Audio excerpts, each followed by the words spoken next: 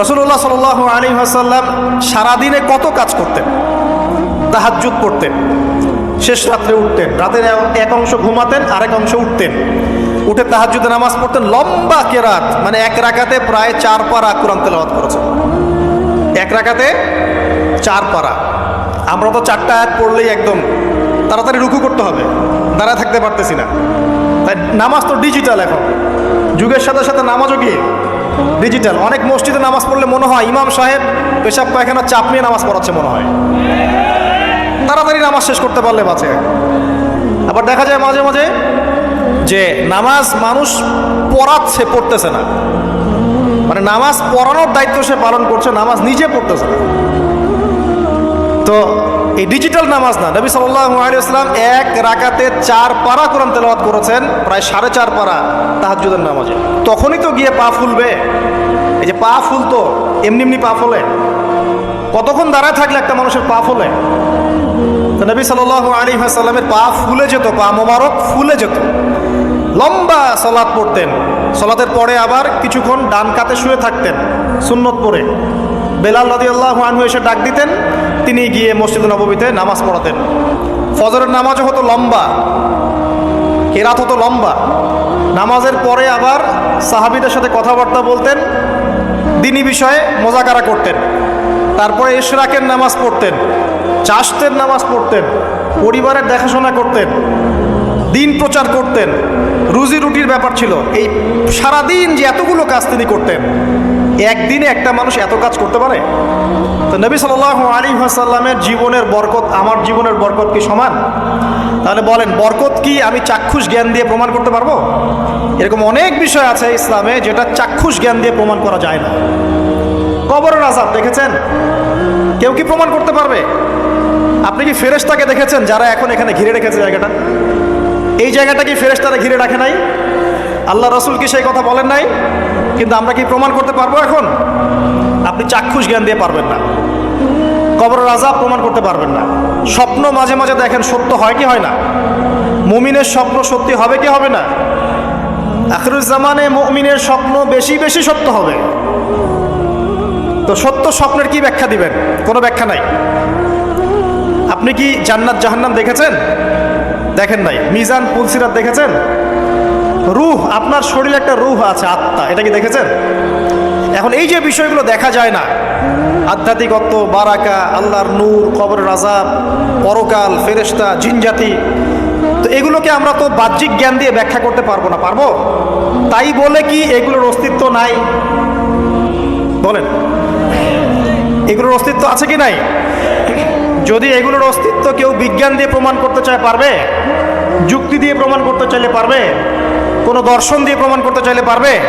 পারবে না। তাহলে এখানে একটা বিষয় হচ্ছে, আল্লাহর পক্ষ থেকে যা নাজিল হয়েছে চোখ বন্ধ করে বিশ্বাস করতে হবে। এখন এই চোখ বন্ধ করে বিশ্বাস করলে পরে মানুষ আপনাকে বলবে ধর্মান্ধ। কি বলবে? এবং ইসলামের এই মৌলিক বিষয়গুলোকে যদি আপনি চোখ বন্ধ করে মেনে চলেন, এখনকার বিশ্বের মানুষ আপনাকে বলবে আপনি মৌলবাদী। এখন আপনি বলেন, ইসলামের মৌলিক বিষয়গুলোকে মেনে না চললে কি কেউ মুসলিম হতে পারবে কি না? পারবে? তাহলে পরিপূর্ণ মুসলিম হতে হলে আমাকে মৌলবাদী হতে হচ্ছে কি না? আমি এটা দিয়ে কি বুঝাচ্ছি? বুঝাচ্ছি আল্লাহ পাকের নাজিল করা প্রতিটা বিষয়কে চোখ বন্ধ করে মানতে হবে। কিছু বিষয় আমার বুঝে আসবে, কিছু বিষয় আমার বুঝে নাও আসতে পারে। এখন যতগুলো বিষয় বললাম, একটাও কি ব্যাখ্যা করতে পারবেন? কিন্তু এগুলো আপনাকে মানতেই হচ্ছে, কারণ আপনি মুসলিম।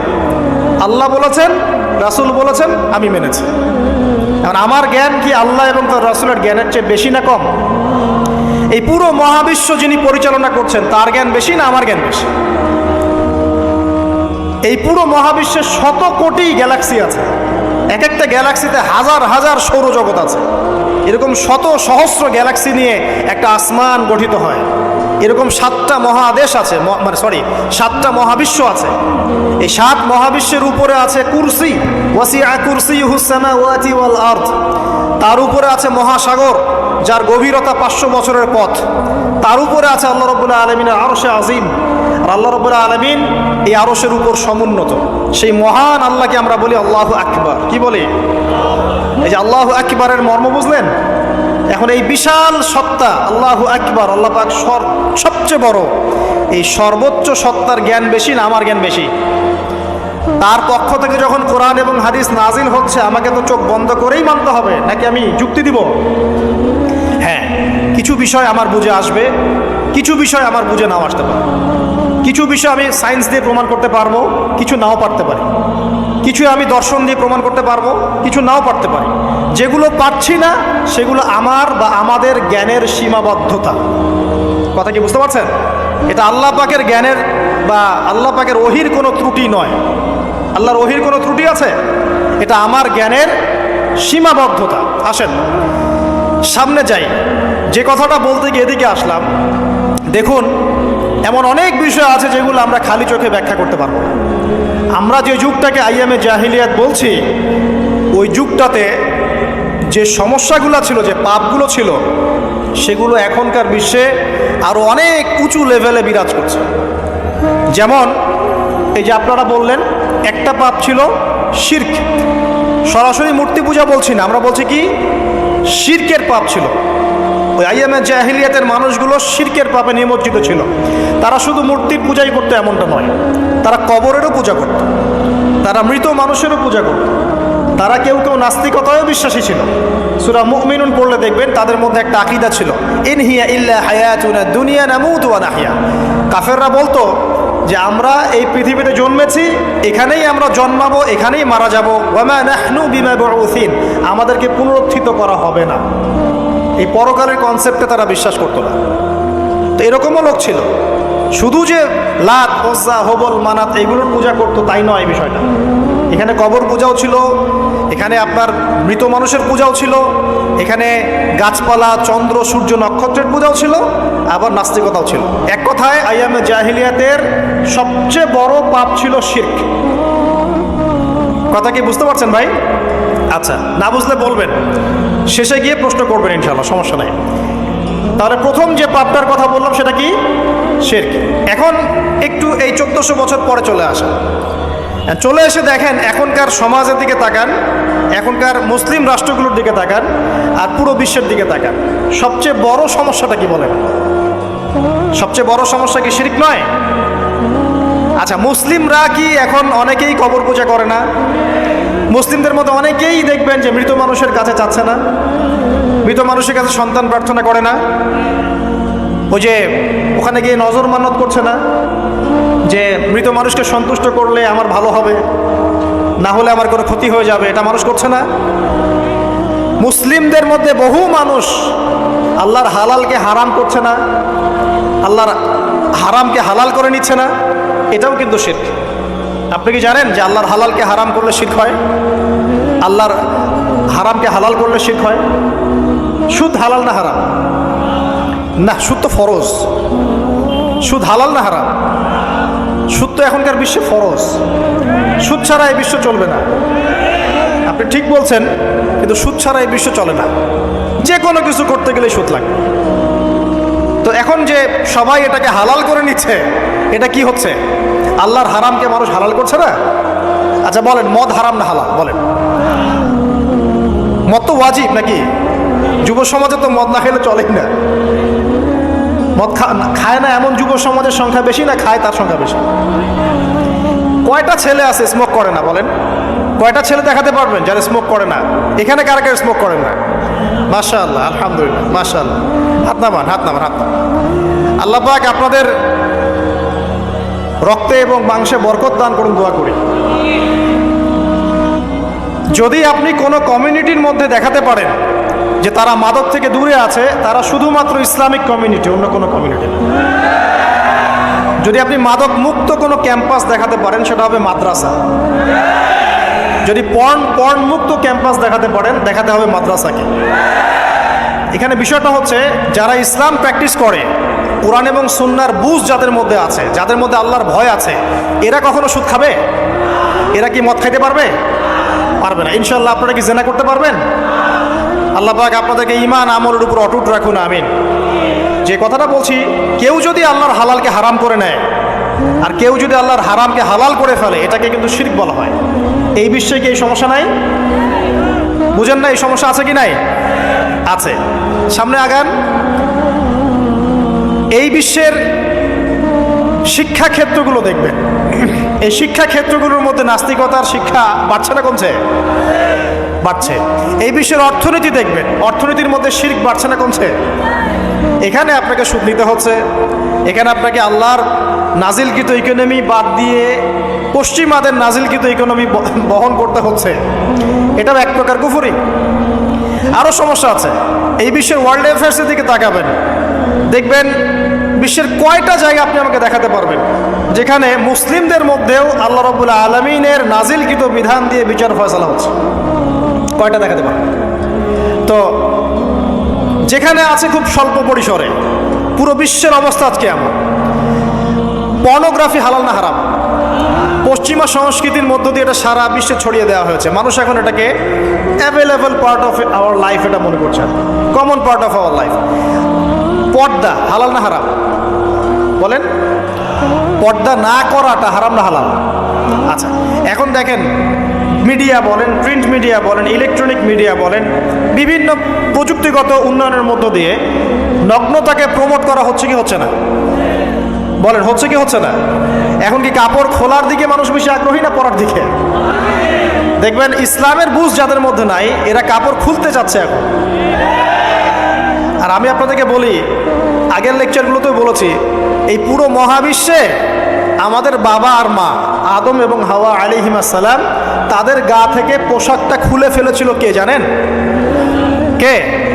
ইবলিস। যখনই তারা গাছের কাছে গেলেন তখন কি হলো? ফালাম্মা যাকা শাজারা বাদাত লাহুমা সাওয়াতিহিমা। যখনই তারা গাছের কাছে গেলেন তাদের কাপড় খুলে পড়ে গেল। তাহলে পুরো মহাবিশ্বে আমাদের পিতামাতাকে নগ্ন করে দিয়েছে কে? ইবলিস, শয়তান। তাহলে এখন পৃথিবীতে যারা মুসলিমদেরকে বা অমুসলিমদেরকে, পুরো মানবতাকে যারা নগ্ন করতে চাচ্ছে, এরা কার এজেন্ট? এরা কার এজেন্টটা বাস্তবায়ন করছে? এটা কি বুঝতে বাকি থাকে? আমি কথাগুলো বানিয়ে বলি নাই। সূরা আরাফ পড়েন, দেখবেন সব লেখা আছে।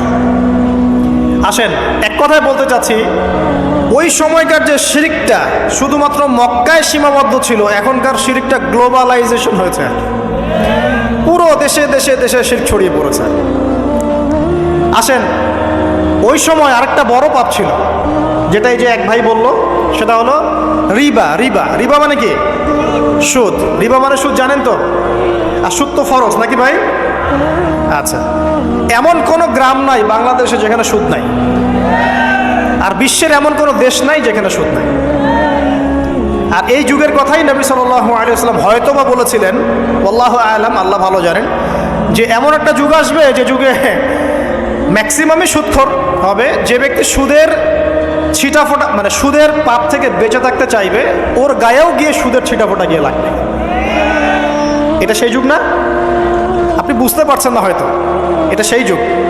আপনি মনে করছেন দাড়ি, টুপি, পাগড়ি, জুব্বা মাশাআল্লাহ সব লাগাই দিছি, হ্যাঁ, বাইরে একটা সাইনবোর্ড আছে, আমি মৌলবী, আল্লামা, আমি একজন দায়ী বক্তা, কিন্তু সুদের যে ওই ছিটাফোঁটা, এটা আপনার কাছে আমার কাছেও আছে। হয়তো আপনি বুঝতে পারছেন না। কখন বুঝবেন? যখন ইসলামিক অর্থনীতির বইগুলো পড়তে পারবেন। আর শুধু ইসলামিক অর্থনীতির বই যথেষ্ট না, এর পাশাপাশি আমাদের দরকার এই প্রচলিত যে IMF, ইন্টারন্যাশনাল মনিটারি সিস্টেম, এর নীতিগুলো জানা। তখন কি আপনি বুঝবেন ওয়ার্ল্ড ব্যাংক কী জিনিস, IMF কী জিনিস, ঠিক আছে? তখন বুঝবেন যে পেট্রো ডলার কী জিনিস, তখন বুঝবেন যে হার্ড কারেন্সি, সফট কারেন্সি কী জিনিস, এখন বুঝবেন না। আর যেহেতু বুঝবেন না, অতএব আমি এগুলো বলেও লাভ নেই। যেহেতু আপনি বুঝবেন না, আমি যদি এখন এসব নিয়ে কথা বলি, আপনার কাছে মনে হবে এইসব কী উল্টাপাল্টা কথা কইতেছে। ঠিক আছে? তো যাই হোক, আগে আল্লাহর ওয়াস্তে ইসলামিক ইকোনমিক্স পড়েন এবং ইন্টারন্যাশনাল মনিটারি সিস্টেম সম্পর্কে পড়েন। প্রত্যেক স্টেটের প্রধান যারা আছেন তারা জানেন যে ওয়ার্ল্ড ব্যাংক কী জিনিস, তারা জানে IMF কী জিনিস। ঋণের এমনি এমনি কোনো কান্ট্রিকে তারা ঋণ দিবে না, একটা বিশাল বড় সুদের জালে ওদেরকে ফেলবে, তারপর জনগণের রক্ত চুষে সুদ শোধ করতে হবে। আর যারা পারবে না, ওরা যে শ্রীলঙ্কার মতো দেউলিয়া হয়ে যাবে। ও কেন দেউলিয়া হয়ে গেছে? বিকজ ও ঋণ শোধ করতে পারছে না, বাস দেউলিয়া। তো যাই হোক, পড়াশোনা করেন। আমি একজন স্কলারের নাম বলে দেই, এক লেকচারে তো সব বলে দেওয়া সম্ভব না। সম্ভব? আমি রাস্তা দেখাচ্ছি আপনাদেরকে। আপনারা আল্লামা তকি উসমানীর বইগুলো পড়েন, নাম শুনেছেন? আচ্ছা, নাকি এখন বলবেন যে উনি তো হানাফি মাযহাবের, আমি তো আহলে হাদিস পড়বো না, এটা বলবেন নাকি? আল্লামা তাকি উসমানী এই বিশ্বের সবচেয়ে বড় আলেমদের একজন। আল্লামা তাকি উসমানী এই বিশ্বের সবচেয়ে রিনাউন্ড আলেমদের একজন। তার ইসলামিক অর্থনীতির যে পুরো সিরিজ আছে, আল্লাহর ওয়াস্তে বাসায় কিনে একবার পড়ে দেখেন অর্থনীতি কি জিনিস, আপনি কিসের উপর দাঁড়িয়ে আছেন। পড়া যাবে না ইনশাল্লাহ? আপনি তাকে ভালো যদি নাও বাসেন তাও পড়ে দেখেন। মনে করেন আপনি একটা কমিউনিটির মধ্যে আছেন, বা একটা সংগঠনে আছেন, বা একটা ঘরানার মধ্যে আছেন, তাহলে কি অন্য ঘরানার বইপত্র পড়া যাবে না? হারাম হয়ে গেছে নাকি? এই যে সংকীর্ণ মানসিকতা থাকলে ভাই হেদায়েত পাওয়া যাবে না। আর আপনি যে মনে করছেন আমি একদম হকের উপর আছি, আপনি সঠিক পথে আছেন ঠিকই, তবে এটা সঠিক ভুল পথ। কথা বুঝতে পারছেন না? আপনি মনে করছেন যে আমি একদম চূড়ান্ত সঠিক বিষয়ের উপর আছি। হ্যাঁ, আপনি সঠিক বিষয়ের উপর আছেন ঠিকই, বাট আপনি সহি একটা ভুল পথে আছেন। এটা বুঝবেন পরে, যখন জ্ঞানের পরিধি বাড়তে থাকবে তখন বুঝবেন যে সহি পথ কোনটা, সহি ভুল পথ কোনটা। মুসলিমদের মধ্যে ফাটল সৃষ্টি করে জান্নাতে যাওয়া যায় না। যায়? পুরো মুসলিমরা একটা উম্মাহ, এবং যারাই মুসলিম উম্মার মধ্যে ফাটল সৃষ্টি করতে চায় এরা উম্মার বন্ধু নয়, শত্রু। মুসলিম উম্মার মধ্যে কোনো ফাটল সৃষ্টি করবেন না। সবার মাঝখানেই হৃদ্যতা, ভালোবাসার বন্ধন থাকবে। যদি বিভিন্ন ধর্মের মানুষ একসাথে বসবাস করতে পারে একটা দেশে, তাহলে বিভিন্ন তরিকা এবং মাযহাবের মানুষও একসাথে থাকতে পারবে একটা দেশে ইনশাআল্লাহ। আমরা আমাদের মাঝে ইখতিলাফি বিষয় থাকতে পারে, কিন্তু দিন শেষে আমরা সবাই মুসলিম ইনশাআল্লাহ।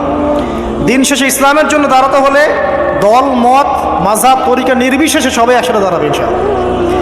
আল্লাহ পাক আমাদের হৃদয়টাকে প্রশস্ত করুন, আমিন। জাহেলিয়াতে 2 নম্বর সমস্যা ছিল রিবা। এই রিবা সম্পর্কে আগে বলি যে এখন আল্লাহ পাক কি বলেছেন। আল্লাহ পাক বলছেন যে ইয়ামহাকুল্লাহুর রিবা ওয়া ইউরবিস সাদাকাত।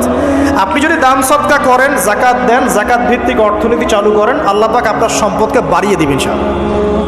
আর আপনি যদি রিবার মধ্যে যান, আল্লাহর বক্তব্য হচ্ছে, এটা আমার কথা না, আল্লাহ পাক বলছেন আপনার সম্পদ সংকুচিত হয়ে আসবে। এখন আপনার ডিসিশন, আপনি কি করতে চান করতে পারেন, আমাদের কিচ্ছু বলার নেই। লাকুম দীনুকুম ওয়ালিয়া দিন, আপনার বুঝ আপনার, আপনার দিন আপনার, আমার দিন আমার। আল্লাহ বলছেন ফাযাক্কির ইন্নামা আনতা মুযাক্কির, উপদেশ দাও তুমি, তুমি উপদেশ দাতা। লাস্তা আলাইহিম বিমুসাইতির, কারো প্রতি তুমি দারোগা নও। আল্লাহ বলছেন আপনি সুদে থাকলে সম্পদ সংকুচিত হবে, যদি ছেড়ে দেন, যাকাত দেন, ব্যবসা ভিত্তিক ইকোনমি চালান, আপনার সম্পদ বাড়বে ইনশাআল্লাহ। কি করবেন, ডিসিশন কার? আপনার। আল্লাহ পাক বলছেন ইয়া আইয়ুহাল্লাযীনা আমানু, হে মুমিনগণ, ইত্তাকুল্লাহ। শোনেন ভাই, আল্লাহ বলছেন ইত্তাকুল্লাহ, তোমরা আল্লাহকে ভয় করো। ওয়া যারু মা বাকিয়া মিনার রিবা, সুদের অবশিষ্ট সব অংশ ছেড়ে দাও। সুদের অবশিষ্ট সব টাকা ছেড়ে দাও। ওয়া ইল্লা ইন কুনতুম মুমিনিন, যদি প্রকৃতপক্ষেই তোমরা মুমিন হয়ে থাকো তাহলে ছেড়ে দাও। ওয়া ইল্লাম তাফআলু, যদি তোমরা না করো। কে বলছেন? আল্লাহ। যদি তোমরা এটা না করো তাহলে আল্লাহ কি বলছেন? ফাআযানু বিহারবিন মিনাল্লাহি ওয়া রাসূলিহি, আল্লাহ এবং তার রাসূলের সাথে যুদ্ধের ঘোষণা শুনে রাখো। এটা কার কথা?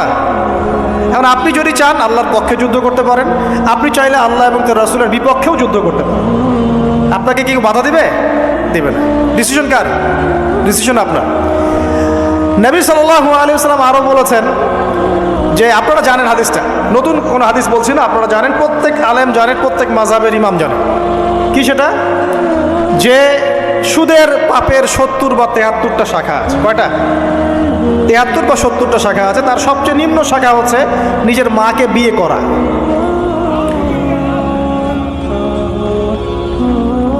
দেখলেন আমাদের অন্তরে কি কথাটা আঘাত করলো? আপনি কি আপনার মায়ের সাথে, নাউযুবিল্লাহ, আপনি কি আপনার মাকে বিয়ে করতে পারবেন? এটা কি কোনো ব্যক্তির পক্ষে সম্ভব? কিন্তু নবী সাল্লাল্লাহু আলাইহি ওয়াসাল্লাম বলছেন 73 শাখার সবচেয়ে নিম্ন শাখা হচ্ছে সেই ব্যক্তি যেন তার মাকে বিয়ে করবে। আর সর্বোচ্চ শাখা কি? ওই যে আল্লাহ এবং তার রাসূলের সাথে কি করা? যুদ্ধ করা। আরেকটা হাদিস আছে, নবী সাল্লাল্লাহু আলাইহি ওয়াসাল্লাম বলেছেন 4 শ্রেণীর মানুষ আছে, এদেরকে আমি সমানভাবে অভিশাপ দিলাম। কয় শ্রেণী?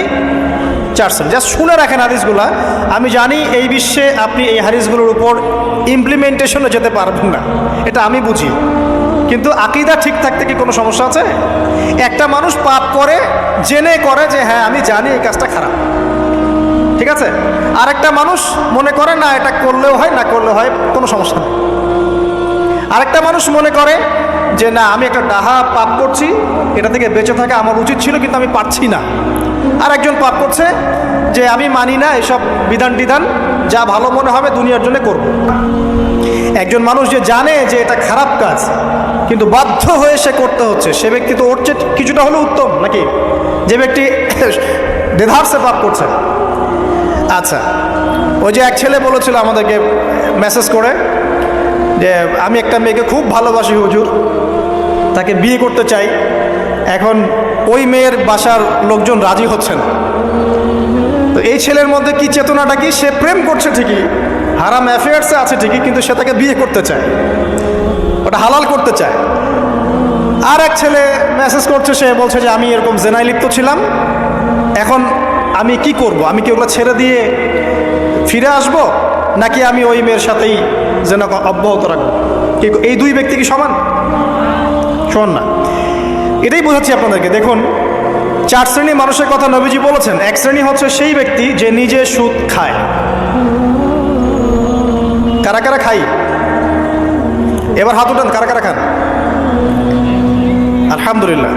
দ্বিতীয় শ্রেণী যারা খায় না কিন্তু মানুষকে দেয়। এবার দেন কারা কারা? আচ্ছা। 3 নাম্বার, খায়ও না দেয়ও না, খায়ও না দেয়ও না, সাক্ষী থাকে। সাক্ষী আছেন কারা কারা? সাক্ষী অনেক জনে আছে। আচ্ছা, মাশাআল্লাহ, লা ইলাহা ইল্লাল্লাহ। 4 নাম্বার, খায়ও না দেয়ও না, সাক্ষীও থাকে না, লিখে রাখে। এবার লেখেন কারা কারা? এইবার তো মুশকিল। এখানে তো অনেক বিসিএস ক্যাডার আছেন মনে হয়, এবং অনেক এমন এমন সেকশনে জব করছেন যেখানে লিখতে হচ্ছে নাকি। তো এই 4 শ্রেণীর মানুষকে নবী সাল্লাল্লাহু আলাইহি ওয়াসাল্লাম কি করেছেন ভাই, আমি শুনাই আপনাকে। এখানে আল্লাহ নবী বলেছেন যে আমি 4 শ্রেণীর মানুষকেই সমানভাবে অভিশাপ দিয়ে গেলাম, এতটুকু বলেছেন। এখন আপনি যদি মনে করেন যে নবী সাল্লাল্লাহু আলাইহি ওয়াসাল্লামের অভিশাপ কাঁধে নিয়ে আমার আমলগুলো কবুল হচ্ছে, বা আমি কবরের অ্যান্সার দিতে পারবো, প্রশ্নোত্তর, আমি মিজান, এই মিজানের দাড়ি পাল্লা, আমার নেকির পাল্লা ভারী হবে, বা আমি রাসূল সাল্লাল্লাহু আলাইহি ওয়াসাল্লামের সুপারিশ পাবো, হ্যাঁ, বা আমি রাসূলের সাথে জান্নাতে থাকতে পারবো, আমি বলবো এই চিন্তাটা হবে একটা অলিক প্রসূত কল্পনা, আর কিছু না। এখন তওবা করেন আমার সাথে, বলেন আজকে থেকে কোনো রকমের সুদি কারবারে থাকবো না। তওবা করেন, বলুন আস্তাগফিরুল্লাহ আল্লাযী লা ইলাহা ইল্লা হুয়াল হাইয়ুল কাইয়্যুম ওয়া আতুবু ইলাইহি। তওবা করলেন তো? ভ্যান চালায় খাবেন, রিক্সা চালায় খাবেন, কৃষিকাজ করে খাবেন, ব্যবসা করে খাবেন, ছোট্ট একটা মুদির দোকান করে খাবেন, যদি কিচ্ছু করতে না পারেন রাস্তায় মুচিগিরি করে হলে খাবেন, সেলুনে বারবার হয়ে খাবেন, তারপরে সুদের দিকে যাবেন ইনশাআল্লাহ। পারবেন? আপনার রিজিক কি আপনার হাতে না আল্লাহর হাতে? না, আমাদের রিজিক তো আমাদের হাতে। যে ব্যক্তি মনে করে রিজিক আল্লাহর হাতে, সে কি কখনো ঘুষ নিতে পারে? সে অন্যের সম্পদ আত্মসাৎ করতে পারে? সে অন্যের জমি সিজ করতে পারে? সে দুর্নীতি করতে পারে? সে সুদ খাইতে পারে? কেন খায়? কারণ সে মনে করে রিজিকের মালিক সে নিজেই। এগুলো করলে তার সম্পদ বাড়বে, না করলে সম্পদ বাড়বে না, এই কারণেই তো সে কাজগুলো করে। আর আমি খুব ভালোই বুঝি, অ্যাটলিস্ট আমি খুব ভালোই বুঝি যে এই কাজগুলো ব্যক্তিরা কেন করে। উত্তর শুনবেন? উত্তর হচ্ছে পরিবারের জন্য। কার জন্যে? পরিবারের জন্য। মা, বৃদ্ধ মা আছে দেখতে হবে, 2 বাবা আছে দেখতে হবে, স্ত্রী আছে, আর স্ত্রী মাশাআল্লাহ একদম ফ্যামিনিস্ট, তার চাহিদা পূরণ করতে তার হিমশিম খেতে হয়। হ্যাঁ, একটা শাড়ি নেবে 20,000, ঠিক আছে, স্ত্রীর চাহিদা অনেক, গহনাগাটির অনেক চাহিদা, আর না দিলে তো আবার সমস্যা, বাসায় গেলে তো মানসিক টর্চার সেলে রেখে দিবে। এখনকার বেশিরভাগ পুরুষই কিন্তু নির্যাতনের শিকার। এখনকার বেশিরভাগ পুরুষ কিন্তু নির্যাতনের শিকার। ম্যাক্সিমাম বাসায় গিয়ে দেখবেন টর্চার, এক একটা রিমান্ডের সেলের মতো, বুঝছেন? এবং এটা 7 দিন 5 দিন 7 দিনের রিমান্ড না, এটা লাইফ টাইম রিমান্ড, মানে পুরো জীবন ধরে এই রিমান্ড চলবে। তো এই যে সমস্যা, তা কার কার জন্য করি? পরিবার, সন্তান, পিতা মাতা, আত্মীয় স্বজন, এগুলোর জন্য। কিন্তু একটা কথা শোনেন আমার, আমরা যখন মারা যাব না, আমরা মারা গেলে পরে 40 দিন তারা আমাদেরকে মনে রাখবে কিনা সন্দেহ আছে। বিশ্বাস করছেন না? এই যে আমাদের অনেক আত্মীয় স্বজন মারা গেছে না, বছরে একটা বারও কি কবরস্থানে কেউ গিয়েছে? বা হয়তো যায় মৃত্যুবার্ষিকী ওই দিন যায়, তাই না? দেখেন আমরা কিন্তু আস্তে আস্তে ভুলে গিয়েছি তাদের, আমরা ব্যস্ত হয়ে গেছি। ঠিক একইভাবে তারাও আমাদেরকে ভুলে যাবে। এই জন্যে আমি বারবার আপনাদেরকে মনে করে একটা কথা, আমার জীবন থেকে উপলব্ধি করি একটা কথা, যে একমাত্র আল্লাহ ছাড়া এই পৃথিবীতে এবং পরকালে আমাদের আপন বলে কেউ নাই। বাকি সবাই সবার স্বার্থের জন্য আছে। মানুষ মানুষের অবস্থানকেই মূল্যায়ন করে, মানুষ মানুষের অবস্থানকেই মূল্যায়ন করে। আল্লাহ রাব্বুল আলামিন আপনার ভিতরটাকে ভালোবাসেন। দেখেন আপনি যখন নামাজ পড়েন নাই, আল্লাহ পাক কিন্তু আপনাকে ধ্বংস করে দেন নাই। আল্লাহ পরম করুণাময় আপনাকে হেদায়েত দিয়ে নামাজি বানিয়ে দিয়েছে। জীবন অনেক পাপ করেছেন, ইনস্ট্যান্ট আল্লাহ পাক শাস্তি দিতে পারতেন, আল্লাহ পাক দেন নাই। আল্লাহ আপনাকে ভালোবাসেন, আল্লাহ আমাকে ভালোবাসেন। আল্লাহ পাকের এই ভালোবাসার ঋণটা শোধ করার জন্য হলেও নামাজি হয়ে যান, আল্লাহর পথে ফিরে আসেন, দিনের জন্য কিছু করেন, দিনের ফিকির করেন, পড়াশোনা করেন। প্রিয় ভাইরা, আল্লাহ পাক তৌফিক দান করুন। দেখুন, এই রিবা থেকে দূরে থাকার জন্য একটা হাদিস যথেষ্ট, যে 4 শ্রেণীর মানুষকে আল্লাহ রাসূল সাল্লাল্লাহু আলাইহি ওয়াসাল্লাম লাআনত করেছেন, অভিশাপ দিয়েছেন। ইনশাআল্লাহ আজকের লেকচার যাদের কানে যাবে, আমরা যদি না খেয়েও মরে যাই, আল্লাহ পাক না খেয়ে মারবেন না ইনশাআল্লাহ। রিজিক আছে, খাবো ইনশাআল্লাহ। কিন্তু হয়তো বা অভাব হবে, টাকা পয়সা একটু কম হতে পারে, অন্যের 10 তলা ফ্ল্যাট হবে, আমার হবে না, ঠিক আছে? অন্যের এত বিঘা বিঘা জমি আমার হয়তো হবে না, কিন্তু ইনশাআল্লাহ তাআলা এই যে দুনিয়ার মুসাফিরের জীবনটা, এটা মুসাফিরের জীবন না? মুসাফিরের জীবনটা কেটেই যাবে ইনশাআল্লাহ। কাটবে না? যে কোনোভাবে কেটে তো যাবেই ইনশাআল্লাহ। এই যে পরকালের জীবনটা একটা চেতনার শক্তি, জানেন? দুনিয়াতে যত বাধা বিপত্তি আসুক, গাল মন্দ খান, গীবত তহমত খান, কষ্ট হোক, নির্যাতন হোক, একটা বিষয় মনের মধ্যে শান্তি দেয়। কি শান্তি? যে এই দুনিয়ার জীবনটা তো আর চিরস্থায়ী নয়, এটা তো আর সারা জীবন থাকবে না। ইনশাআল্লাহ এই অবস্থা আস্তে আস্তে পরিবর্তন হয়ে যাবে। ফাইন্না মাআল উসরি ইউসরা, পরকালে ইনশাআল্লাহ পাবো। দুনিয়াতে না পেলে কি হয়েছে, পরকালে পাবো ইনশাআল্লাহ। যুবক ভাই, এসব জেনা ছেড়ে দেন, আল্লাহ রাব্বুল আলামিন আপনার জন্য হুর রেখেছেন জান্নাত, ইনশাআল্লাহ পাবেন ইনশাআল্লাহ। এটা ছেড়ে দেন, সুদ ছেড়ে দেন, আল্লাহ পাক আপনার জন্য হাউজে কাউসার রাখছে ইনশাআল্লাহ, ঠিক আছে? অন্যায় পাপ ছেড়ে দেন, আল্লাহ রাব্বুল আলামিন আপনার জন্য জান্নাত রেডি করে রাখছে ইনশাআল্লাহ। এই দুনিয়ার জীবনটা ধোঁকা, একটা ছোট্ট জীবন, পুরা ধোঁকা, কিচ্ছু নাই এর মধ্যে। আমার কথা শোনেন, এই দুনিয়ার জীবনে কিছুই নাই। চারপাশে অনেক কিছু মনে হবে, আপনার বাড়ি আছে, গাড়ি আছে, স্ট্যাটাস আছে, টাকা পয়সা, প্রতিপত্তি সব আছে। আদতে আপনি একা, আদতে আপনাকে একাই কবরে যাওয়া লাগবে, একাই আল্লাহর সাথে হিসেব নিকাশ দিতে হবে। কেউ নাই সাথে, আমারও সাথে কেউ নাই। কিন্তু আপনি মনে করছেন যে সেলিব্রিটিজম বড়, আমি পলিটিক্যাল নেতা হয়েছি, আমাকে সবাই চেনে, আমি ইকোনমিক সেক্টরে লিড দেই, রাষ্ট্রকে লিড দেই, আমি ধর্মতাত্ত্বিক ক্ষেত্রে লিড দেই, আমাকে দেখলে মানুষ বাহবা দেয়, ইত্যাদি ইত্যাদি। দিন শেষে আমি একা, আপনিও একাই, আমাকেও একাই যেতে হবে, আপনাকেও একাই যেতে হবে। এগুলো সব চারপাশের খালি অন্ধ মোহ, আর কিচ্ছু না। তো এই মোহের মধ্যে ঢুকে পড়বেন না, আল্লাহ পাক তৌফিক ইনায়াত করুন। নবী সাল্লাল্লাহু আলাইহি ওয়াসাল্লাম বারবার বলতেন, আল্লাহুম্মা ইন্নী আউযু বিকা মিন ফিতনাতিদ দুনিয়া, বলতেন না? হে আল্লাহ, আমি এই দুনিয়ার ফিতনা থেকে তোমার কাছে আশ্রয় প্রার্থনা করছি। ওয়া ইন্নী আউযু বিকা মিন ফিতনাতিন নিসা, আমি মহিলাদের ফিতনা থেকেও আশ্রয় প্রার্থনা করছি। আরও দোয়া করতেন, আল্লাহুম্মা ইন্নী আউযু বিকা মিন আযাবিল কবর, হে আল্লাহ, আমি কবরের আযাব থেকে আশ্রয় প্রার্থনা করছি। ওয়া আযাবি জাহান্নাম, জাহান্নামের আযাব থেকে আশ্রয় প্রার্থনা করছি। ওয়া মিন ফিতনাতিল মাহইয়া ওয়াল মামাত, জীবন মৃত্যুর ফিতনা থেকে আশ্রয় প্রার্থনা করছি। ওয়া মিন শাররি ফিতনাতিল মাসিহিদ দাজ্জাল, এবং দাজ্জালের ফিতনা থেকে আশ্রয় প্রার্থনা করছি। দাজ্জালের পরে আসবো ইনশাআল্লাহ। দাজ্জাল নিয়ে আলোচনা করলে আবার কিছু মানুষ খারাজি ট্যাগ লাগাই দিতে পারে, ওই জন্য এদিকে আমি এখন যাচ্ছি না।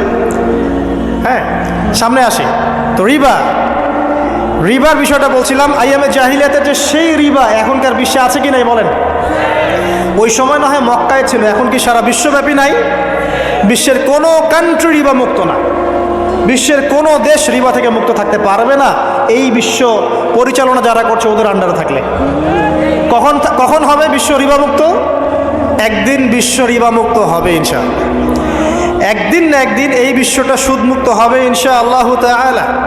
তখন জালেম পার পাবে না, মাজলুমের রক্ত শ্রম বৃথা যাবে না ইনশাআল্লাহ। কবে, কত বছর পর আমি জানি না, কিন্তু এতটুকু জানি যে মালহামার পরে যখন আল মাহদি আসবেন এবং তারপর যখন মাসিহুদ দাজ্জাল বের হবে, এবং ঈসা ইবনে মারিয়ামকে আল্লাহ পাক নামিয়ে দিবেন, তার হাতে যখন দাজ্জাল নিহত হবে এবং জেরুজালেম থেকে যখন পুরো বিশ্ব শাসন করা হবে মুসলিমদের হাতে, তখন রিবা বলে কিচ্ছু থাকবে না পৃথিবীর ইনশাআল্লাহ। তার আগ পর্যন্ত এই অবস্থা সলভ হবে কিনা আমরা জানি না, হতেও পারে নাও হতে পারে, তবে ওই সময় যে হবে নিশ্চিত ইনশাআল্লাহ। আসুন, আইয়ামে জাহিলিয়াতের আরেকটা বড় পাপ ছিল, এই যে এক ভাই বলেছেন, সেটা হচ্ছে নারীর অবমাননা। কে বলেছে এই কথাটা? সামনে একজন। হ্যাঁ, আইয়ামে জাহিলিয়াতের অন্যতম একটা সেরা পাপ ছিল কি? নারীর অবমাননা। এটা নিয়ে কি বলতে হবে? এখন ধর্মের মধ্যেও আমরা নারীদেরকে অবমাননা করছি। বহু নামাজি ব্যক্তি আছে আমাদের মধ্যে, দেখবেন বোনের সম্পত্তি দেয় নাই, মেয়েকে শিক্ষিত করতে চাচ্ছেন না। কেন চাচ্ছেন না? ওর কি অধিকার নাই শিক্ষার? আপনি কি জানেন যে আয়েশা রাদিয়াল্লাহু আনহার কাছে বহু সাহাবী হাদিসের তালিম নিয়েছেন, বহু হাদিস শিখিয়েছেন কে? মা আয়েশা রাদিয়াল্লাহু আনহা। তো তিনি যদি শিক্ষিত না হতেন, শেখাতে পারতেন? তো মেয়েদের শিক্ষার দরকার আছে না? হ্যাঁ, কি বিষয় দরকার? তাদের উপযুক্ত পরিবেশ নিশ্চিত করতে হবে, নিরাপত্তা, পর্দা, এগুলো নিশ্চিত করতে হবে। তারপরে মেয়েদেরকে আপনি অবশ্যই শিক্ষিত করবেন। ঘরের কোণায় বসে রাখতে কে বলেছে? আপনি নিরাপদ পরিবেশ দেন, পর্দা দেন, তারা মাদ্রাসা যাবে, পড়াশোনা করবে। ঠিক আছে? আল্লাহ পাক আমাদের মা বোনদেরকে শিক্ষিত করার তৌফিক দান করুন, আমিন। ভালো ভালো কোয়ালিটি সম্পন্ন মহিলা মাদ্রাসা গড়ে তোলেন। আর মেয়েরা যদি শিক্ষিত না হয়, তাহলে আমাদের বাড়ির বউরা শিক্ষিত হবে না। আর বউ শিক্ষিত না হলে আপনি একা শিক্ষিত হয়ে লাভ নাই। তখন ওই যে বললাম টর্চার সেল, ওই টর্চার সেলে ঢুকতে হবে আর কি। কথা বুঝতে পারছেন না? আগে বিয়ে শাদী করেন, বুঝবেন ইনশাআল্লাহ। আর যারা করেছেন তারা অলরেডি হাসছে যে মিটমিট করবে। ঠিক আছে? আচ্ছা, সামনে আসেন। দেখেন মেয়েদের অবমাননা কিভাবে দেখাবো। সবচেয়ে বড় অবমাননা হচ্ছে ওদের দেহটাকে আমরা এখন পণ্য বানিয়েছি। এই যে পর্নোগ্রাফি দেখেন, এই মেয়েগুলোর ইজ্জতের কোনো দাম নাই। মানে তাদের দেহটাকে একটা ব্যবসার সামগ্রী বানানো হয়েছে। এবং আমি একটা লেকচার দিয়েছিলাম ঢাকায়, নীল দর্পণ, দেখবেন অনলাইনে আছে। ওখানে আমি স্ট্যাটিস্টিক দেখিয়েছি যে সারা বিশ্বে এই যে আমেরিকায় শুধুমাত্র $12 বিলিয়ন ব্যবসা করে পর্ন দিয়ে। এটা একটা ব্যবসা, একটা ইন্ডাস্ট্রি। যেমন ফিল্ম ইন্ডাস্ট্রি আছে, তারপরে গানের ইন্ডাস্ট্রি আছে না, এরকম একটা ইন্ডাস্ট্রি হচ্ছে এই পর্ন ইন্ডাস্ট্রি। এখানে সবাই অ্যাক্টর অ্যাক্ট্রেস, এরা হচ্ছে অভিনেতা অভিনেত্রী। এখানে যা দেখানো হয় এগুলো কিন্তু রিয়েল না, বাস্তব না, সব ফেক। বুঝতে পারছেন না কথা? এগুলো অভিনয়, এগুলো ফেক। এবং এটা একটা ইন্ডাস্ট্রি, এর মধ্য দিয়ে মেয়েদের দেহটাকে পণ্য বানিয়ে সারা বিশ্বে ব্যবসা করছে। এবং এর একটা অন্যতম উদ্দেশ্য হচ্ছে মুসলিম যুবকদের ঈমান যেন নষ্ট করা যায়। কারণ মুসলিম যুবকদের ঈমান চলে গেলে তারা নিশ্চিন্ত যে ওদের পথে আর কেউ বাধা নাই। কারণ ওদের এই জুলুমের পথে বাধা যদি কেউ দিতে পারে, তাহলে কারা দিবে? মুসলিমরা। আর মুসলিমদের মধ্যে সবচেয়ে শৌর্য বীর্য কাদের মধ্যে থাকে? যুবকদের মধ্যে। তো যুবকদের ঈমান যদি চলে যায়, তাহলে এদের আর কোনো সমস্যা নাই। তো এই বিষয়টা খেয়াল করবেন যে এটা একটা ইন্ডাস্ট্রি। সো এখানে আমরা মেয়েদের দেহটাকে আমরা কি বানিয়েছি? পণ্য বানিয়ে দিয়েছি। আর এখন তো চলছে কাপড় খোলা সংস্কৃতি। প্রত্যেকটা সেক্টরে আপনি গিয়ে দেখবেন মেয়েদের ইজ্জত, সম্মান, আব্রুটাকে উন্মুক্ত করে এটাকে দিয়ে আমরা বিজনেস করছি আর কি। এটা একটা বিজনেস। তো এখানে সমাধান কি? সমাধান আয়েশা রাদিয়াল্লাহু আনহা। সমাধান কে? সমাধান ফাতিমা রাদিয়াল্লাহু আনহা। সমাধান কে? সমাধান খাদিজা রাদিয়াল্লাহু আনহা। আমাদের মা, আমাদের বোন, আমাদের স্ত্রীদেরকে তাদের মতো করে মানুষ করতে হবে, গড়ে তুলতে হবে ইনশাআল্লাহ। দেখবেন নারীর সত্যিকারের সম্মান নিশ্চিত হবে ইনশাআল্লাহ। ইসলাম কি কখনো বলেছে যে মেয়েরা কাজ করতে পারবে না, পড়াশোনা করতে পারবে না ইত্যাদি? এই নাস্তিকরা তো ঠুনকো যুক্তি দিয়ে আক্রমণ করে। কে বলেছে? সমস্যা এমন ইসলামিক স্টেট আছে যেখানে একটা স্টুডিও, মনে করি স্টুডিও, ছবি তোলা হয়, কথার কথা, সেখানে সব কর্মী মহিলা, কোনো পুরুষ নাই। একটা মাদ্রাসা, সমস্ত কর্মী মহিলা, কোনো পুরুষ নাই। একটা স্কুল, সবাই মহিলা, কোনো পুরুষ নাই। ওখানে মেয়েরাই পড়ে, মেয়েরাই শেখায়। জায়েজ না জায়েজ বলেন? একটা নিরাপদ পরিবেশে যদি মেয়েরাই মেয়েদের দায়িত্ব নিয়ে পড়াশোনা করায়, ব্যবসা করে, অন্য কিছু করে, জায়েজ না জায়েজ? তাহলে পরিবেশ নিশ্চিত করাটা হচ্ছে চ্যালেঞ্জ।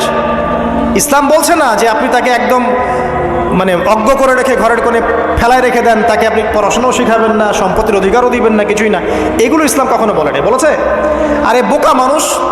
রাসূলুল্লাহ সাল্লাল্লাহু আলাইহি ওয়াসাল্লামের সময় তো মহিলা সাহাবীরা উহুদের যুদ্ধ করেছে। কি শুনলেন? রাসূল সাল্লাল্লাহু আলাইহি ওয়াসাল্লামের সময় মহিলা সাহাবী উহুদের যুদ্ধও করেছে। উহুদের যুদ্ধের নাম শুনেছেন? ওখানে মহিলা সাহাবীও ছিল তীরন্দাজ। তাহলে মহিলাটা কি করে নাই নবীর যুগে? খাদিজা রাদিয়াল্লাহু আনহা যত বড় ব্যবসায়ী ছিলেন, এখন এত বড় ব্যবসায়ী পাবেন? কোনো মেয়ে আছে এত বড় ব্যবসায়ী? উসমান রাদিয়াল্লাহু আনহু যত বড় বিজনেসম্যান ছিলেন, এখন এত বড় বিজনেসম্যান আছে? তো কি ছিল না সেই স্বর্ণযুগে? ওই স্বর্ণযুগের সুন্নতি আমাদেরকে আমল করতে হবে। আল্লাহ পাক তৌফিক এনায়েত করুন, আমিন। প্রিয় মা ও বোনেরা, পর্দা ছাড়বেন না। আপনাদের জন্য 4টা কাজ: স্বামীর আনুগত্য করা, লজ্জাস্থানের হেফাজত করা, আপনার 5 ওয়াক্ত সালাত ঠিকঠাক মতো আদায় করা এবং রমজান মাসে সাওম রাখা। নবীজি বলেছেন সাল্লাল্লাহু আলাইহি ওয়াসাল্লাম, জান্নাতের যে কোনো দরজা দিয়ে ইচ্ছা আপনি প্রবেশ করতে পারবেন। আপনার জন্য সহজ। আর স্বামীর আনুগত্য বলতে আমি বুঝাইনি স্বামীর দাসত্ব করতে হবে, এটা বলিনি। এখনকার কিছু ফ্যামিলিস্ট মেয়ে আছে, ওরা আনুগত্য শব্দ মনে হয় যে দাসত্ব মনে হয়। আনুগত্য দাসত্ব এক জিনিস না। আনুগত্য কি? স্বামী কোরআন সুন্নাহর অনুকূলে কোনো কথা বলেছে, আপনি মানবেন। স্বামী বলছে পর্দা করো, তোমাকে ভালোবেসে বলছি তুমি পর্দা করো, তুমি আমার অনেক প্রিয় একজন মানুষ, তুমি বেপর্দায় বাইরে যাবা, লোকজন দেখবে, কেমন হয়? ঠিক আছে, তোমাকে তো আমিই বিয়ে করেছি, তুমি আমার, মানুষ তোমাকে দেখবে কেন? ঠিক আছে। তো এখন স্বামী ভালো কথা বলেছে, আপনি শুনলেন, এটা আনুগত্য। আর ওই স্বামী যদি বলে আসো তো আমার কলিগরা এসেছে, ওকে খাবার সার্ভ করতে হবে, আসো খাবারটা পরিবেশন করো, এখন আপনি বেপর্দা হয়ে আপনার স্বামীর কলিগের সামনে খাবার পরিবেশন করতে শুরু করলেন, এটা কি আনুগত্য করতে হবে? এটা তখন আপনি আনুগত্য করবেন না। সিম্পল, কোরআন সুন্নাহর অনুগত কাজে আপনি স্বামীর আনুগত্য করবেন, বিপরীতে গেলে আপনি করবেন না। স্বামীর আনুগত্য মানে স্বামীর দাসত্ব নয়। আর এই হাদিসটা আপনি কেন ভুলে যান যে আল্লাহ রাসূল সাল্লাল্লাহু আলাইহি ওয়াসাল্লাম বলেছেন, আল্লাহ ছাড়া যদি কাউকে সেজদা করা যেত, সম্মান বুঝাচ্ছেন, আল্লাহ ছাড়া যদি কাউকে সেজদা করা জায়েজ হতো, আমি মেয়েদেরকে বলতাম যেন স্বামীকে সেজদা করো। কেন? কারণ আপনাকে রেসপন্সিবিলিটি, আপনার খাবার, আপনার ফুড, আপনার শেল্টার, আপনার মানে পুরো দায় দায়িত্ব নিজের হাড় ভাঙা পরিশ্রম দিয়ে, জীবনের ঝুঁকি নিয়ে স্বামী আপনার জন্য করে। সে আপনার সম্মান পাওয়ার যোগ্য তো? সে কি আপনার সম্মান পাওয়ার যোগ্য নয়? আপনি যদি সম্মানের হক আদায় না করতে পারেন তাহলে আপনি অকৃতজ্ঞ। আর অকৃতজ্ঞ মেয়ে কখনো জান্নাতে যাবে? একটা হাদিসে আছে, বেশিরভাগ মেয়ে জাহান্নামে যাওয়ার অন্যতম কারণ হচ্ছে তারা স্বামীর সাথে কুফুরি করে। কি করে? মানে সারা জীবন স্বামী ভালোবেসে যায়, ভরণ পোষণ দিয়ে যায়, সব চাহিদা পূরণ করে যায়, একদিন দেখবেন কথা কাটাকাটি হয়েছে, ওই দিন বলে বসবে যে তোমার কাছে আমি কিচ্ছু পাই নাই সারাদিন। এই যে কুফুরি, এই কারণে তারা জাহান্নামে যেতে পারে বেশি। আল্লাহ হেফাজত করুন। আরেকটা কারণ হচ্ছে যে বেপর্দা। আপনাকে 4টা মূলনীতি ফলো করতে হবে। 1, এমন কোনো পোশাক পরবেন না যে পোশাকটা আটো সাটো, যেটা পরলে আপনার গায়ের কাঠামো বোঝা যায়।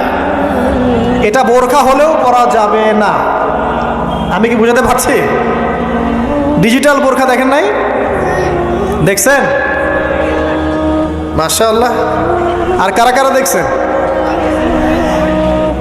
এদিকে চোখ বেশি যায় না? আচ্ছা, এমনি দেখা যায়, চোখ দিতে হয় না, এমনি দেখা যায়। ডিজিটাল বোরখা চলবে না, ডিজিটাল বোরখা চলবে না। আমার মত, এটা আমি মত দিচ্ছি, আমি আল্লাহর রাস্তায় সময় দিয়েছি অনেক দিন, এবং এখানে যে পর্দাটা শেখানো হয় এরকম পর্দা আমি অন্য কোথাও দেখিনি। এত চমৎকার পর্দা শেখানো হয়। কারা কারা সময় লাগিয়েছেন? 3 দিন 7 দিন সময় দিয়েছেন কারা কারা? বেশিরভাগই দেন নাই। সমস্যা নাই, দিতে হবে, আমি বাধ্যতামূলক বলিনি আপনাকে। বলেছি এখানে পর্দা শেখানো হয়, চমৎকার পর্দা শেখানো, যে এখানে চোখটা পর্যন্ত তাদের ঢেকে রাখার তালিম দেওয়া হয়। যাই হোক, যেখানেই শেখেন অ্যাটলিস্ট পর্দাটা শিখলেই হলো। এমন পোশাক হবে না যেই পোশাকটা আটো সাটো, যেটা পরে আপনার গায়ের কাঠামো বোঝা যায়। 2 নম্বরে এমন পোশাক পরা যাবে না যেই পোশাকটা পরলে বাহির থেকে ভিতরের অঙ্গ দেখা যায়। দেখেছেন? দেখেন নাই? দেখছেন হুজুর? আচ্ছা, আপনারা তো সব দেখেন দেখি। তারপরে 3 নাম্বার, এমন পোশাক পরা যাবে না যেটা অমুসলিমদের সাথে সাদৃশ্য আছে। কথা বুঝতে পারছেন? অমুসলিমদের ধর্মীয় বিষয়ের সাথে সাদৃশ্য আছে এমন পোশাক মুসলিম মেয়েদের পরা যাবে না। এর মানে এই নয় যে অন্য ধর্মকে আপনি আক্রমণ করবেন, এটাও নয়। যে যার ধর্ম তাদের স্বাধীনতা মতো পালন করবে। মুসলিমরা বাধা দিবে? দিবে না। মুসলিমরা দাওয়াত দিতে পারে। কি করতে পারে? দাওয়াত দিতে পারে যে ভাই, যে লা ইলাহা ইল্লাল্লাহর কনসেপ্ট আপনাকে বোঝাচ্ছি, আল্লাহ ছাড়া কোনো মাবুদ নাই, মুহাম্মদ সাল্লাল্লাহু আলাইহি ওয়াসাল্লাম সর্বশেষ রাসূল, এই কোরআন পড়ুন, হাদিস পড়ুন, দেখুন এটাই হচ্ছে মানবতার মুক্তির সনদ। এরপর যদি সে ইসলাম কবুল করে আলহামদুলিল্লাহ, যদি না করে এর হিসাব কে দিবে? সে নিজে দিবে। এর হিসাব কি আমাকে দেওয়া লাগবে? দেওয়া লাগবে না। তো অমুসলিমদের সাথে সাদৃশ্য আছে এমন পোশাক চলবে না। আর 4 হচ্ছে পুরুষরা মেয়েদের পোশাক পরতে পারবে না, মেয়েরা পুরুষদের পোশাক পরতে পারবে না। জি, আপনাদেরকেই বলছি, আপনারা জিন্স পরতে পারবেন না, মেয়েদেরকে বলছি, এবং টি শার্ট পরতে পারবেন না। আপনারা ওই যে যা ইচ্ছা তাই ড্রেস পরে বলবেন যে 1000 বছরের সভ্যতা সংস্কৃতি, এসব বাজে কথা চলবে না এখানে। এটা 1000 বছরে কোনোদিনও আমাদের দাদা নানিরা এগুলা কখনো পরে নাই। পড়ছে? আপনার দাদি কখনো ওইরকম পরছিল শাড়ি? তো এই যে বললো 1000 বছর থেকে পরে আসতেছে নাকি? সুবহানাল্লাহ। তো এখানে বিষয়টা হচ্ছে পুরুষ মেয়ের পোশাক পরতে পারবে না, মেয়ে পুরুষের পোশাক পড়তে পারবে না। আমি খুব সংক্ষিপ্ত করে আপনাকে কোরআন সুন্নাহ থেকে 4টা মূলনীতি বলে দিলাম। এই 4টা মূলনীতি কোরআনেও আছে, হাদিসেও আছে। আসেন, এই যে নারীর অবমাননা, এই বিষয়টা আইয়ামে জাহিলিয়াতে যেমন ছিল, এখন দেখবেন আরও বড় পরিসরে এসেছে। আসে নাই?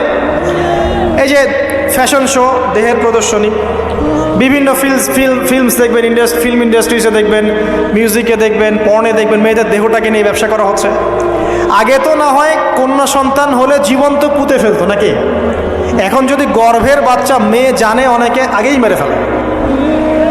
বোঝেন নাই মনে হয়? অনেকে যদি জানে যে গর্ভে মেয়ে সন্তান আছে, আগেই মেরে ফেলে। এমন অনেক দেশ আছে, আমি নাম বলছি না দেশের সঙ্গত কারণে, যে সেই দেশে এরকম মেয়ে সন্তানকে এই যে খালাস করে ফেলার, নষ্ট করে ফেলার, ভ্রূণ নষ্ট করার আলাদা ক্লিনিক আছে, আলাদা হসপিটাল আছে। বলে নাউজুবিল্লাহ। তো আসলে ওই 1450 বছর আগের মানুষটা বেশি বর্বর ছিল না আমরা বেশি বর্বর? এই অধিকারের কথা বলে বলে আমরা মেয়েদের দেহটাকে নিয়ে এখন মস্করা করছি, তামাশা করছি। সবচেয়ে সেরা অধিকার কোথায় পাবে? কোরআনে পাবে, হাদিসে পাবে, ইসলামে পাবে। তার পর্দা নিশ্চিত হবে, দেহ সেফ থাকবে, তার ইজ্জত নিশ্চিত হবে, ইজ্জত সেফ থাকবে, তার সম্মান সেফ থাকবে, তাকে রাজরানীর মতো স্বামী বাসায় রাখবে, কারণ সে হচ্ছে তার কাছে সবচেয়ে মূল্যবান প্রিয় বস্তু। শুধু তাই নয়, সম্পত্তির অধিকার তাকে দিতে হবে। একজন মেয়ে তার ভাইয়ের সম্পত্তি পাবে, তার বাবার সম্পত্তি পাবে, তার স্বামীর সম্পত্তি পাবে, সব দিক থেকে সে সম্পত্তি পাবে। আর একজন ছেলে কিন্তু সব দিক থেকে সম্পত্তি পাবে না। তো এই বিষয়গুলো যখন এক শ্রেণীর মানুষ বোঝে না, তখন ইসলামের বিরুদ্ধে অহেতুক প্রোপাগান্ডা চালানো শুরু করে। সবচেয়ে সেরা সম্মান রক্ষার উদাহরণ দেয়া হয়েছে ইসলামে, কোরআনে এবং হাদিসে। এই কথাটা আপনাদের মা বোনদেরকে বোঝাবেন, তবে নম্রতার সাথে বোঝাবেন, কারণ উচ্চবাচ্য করলে তারা কথা শুনবে না।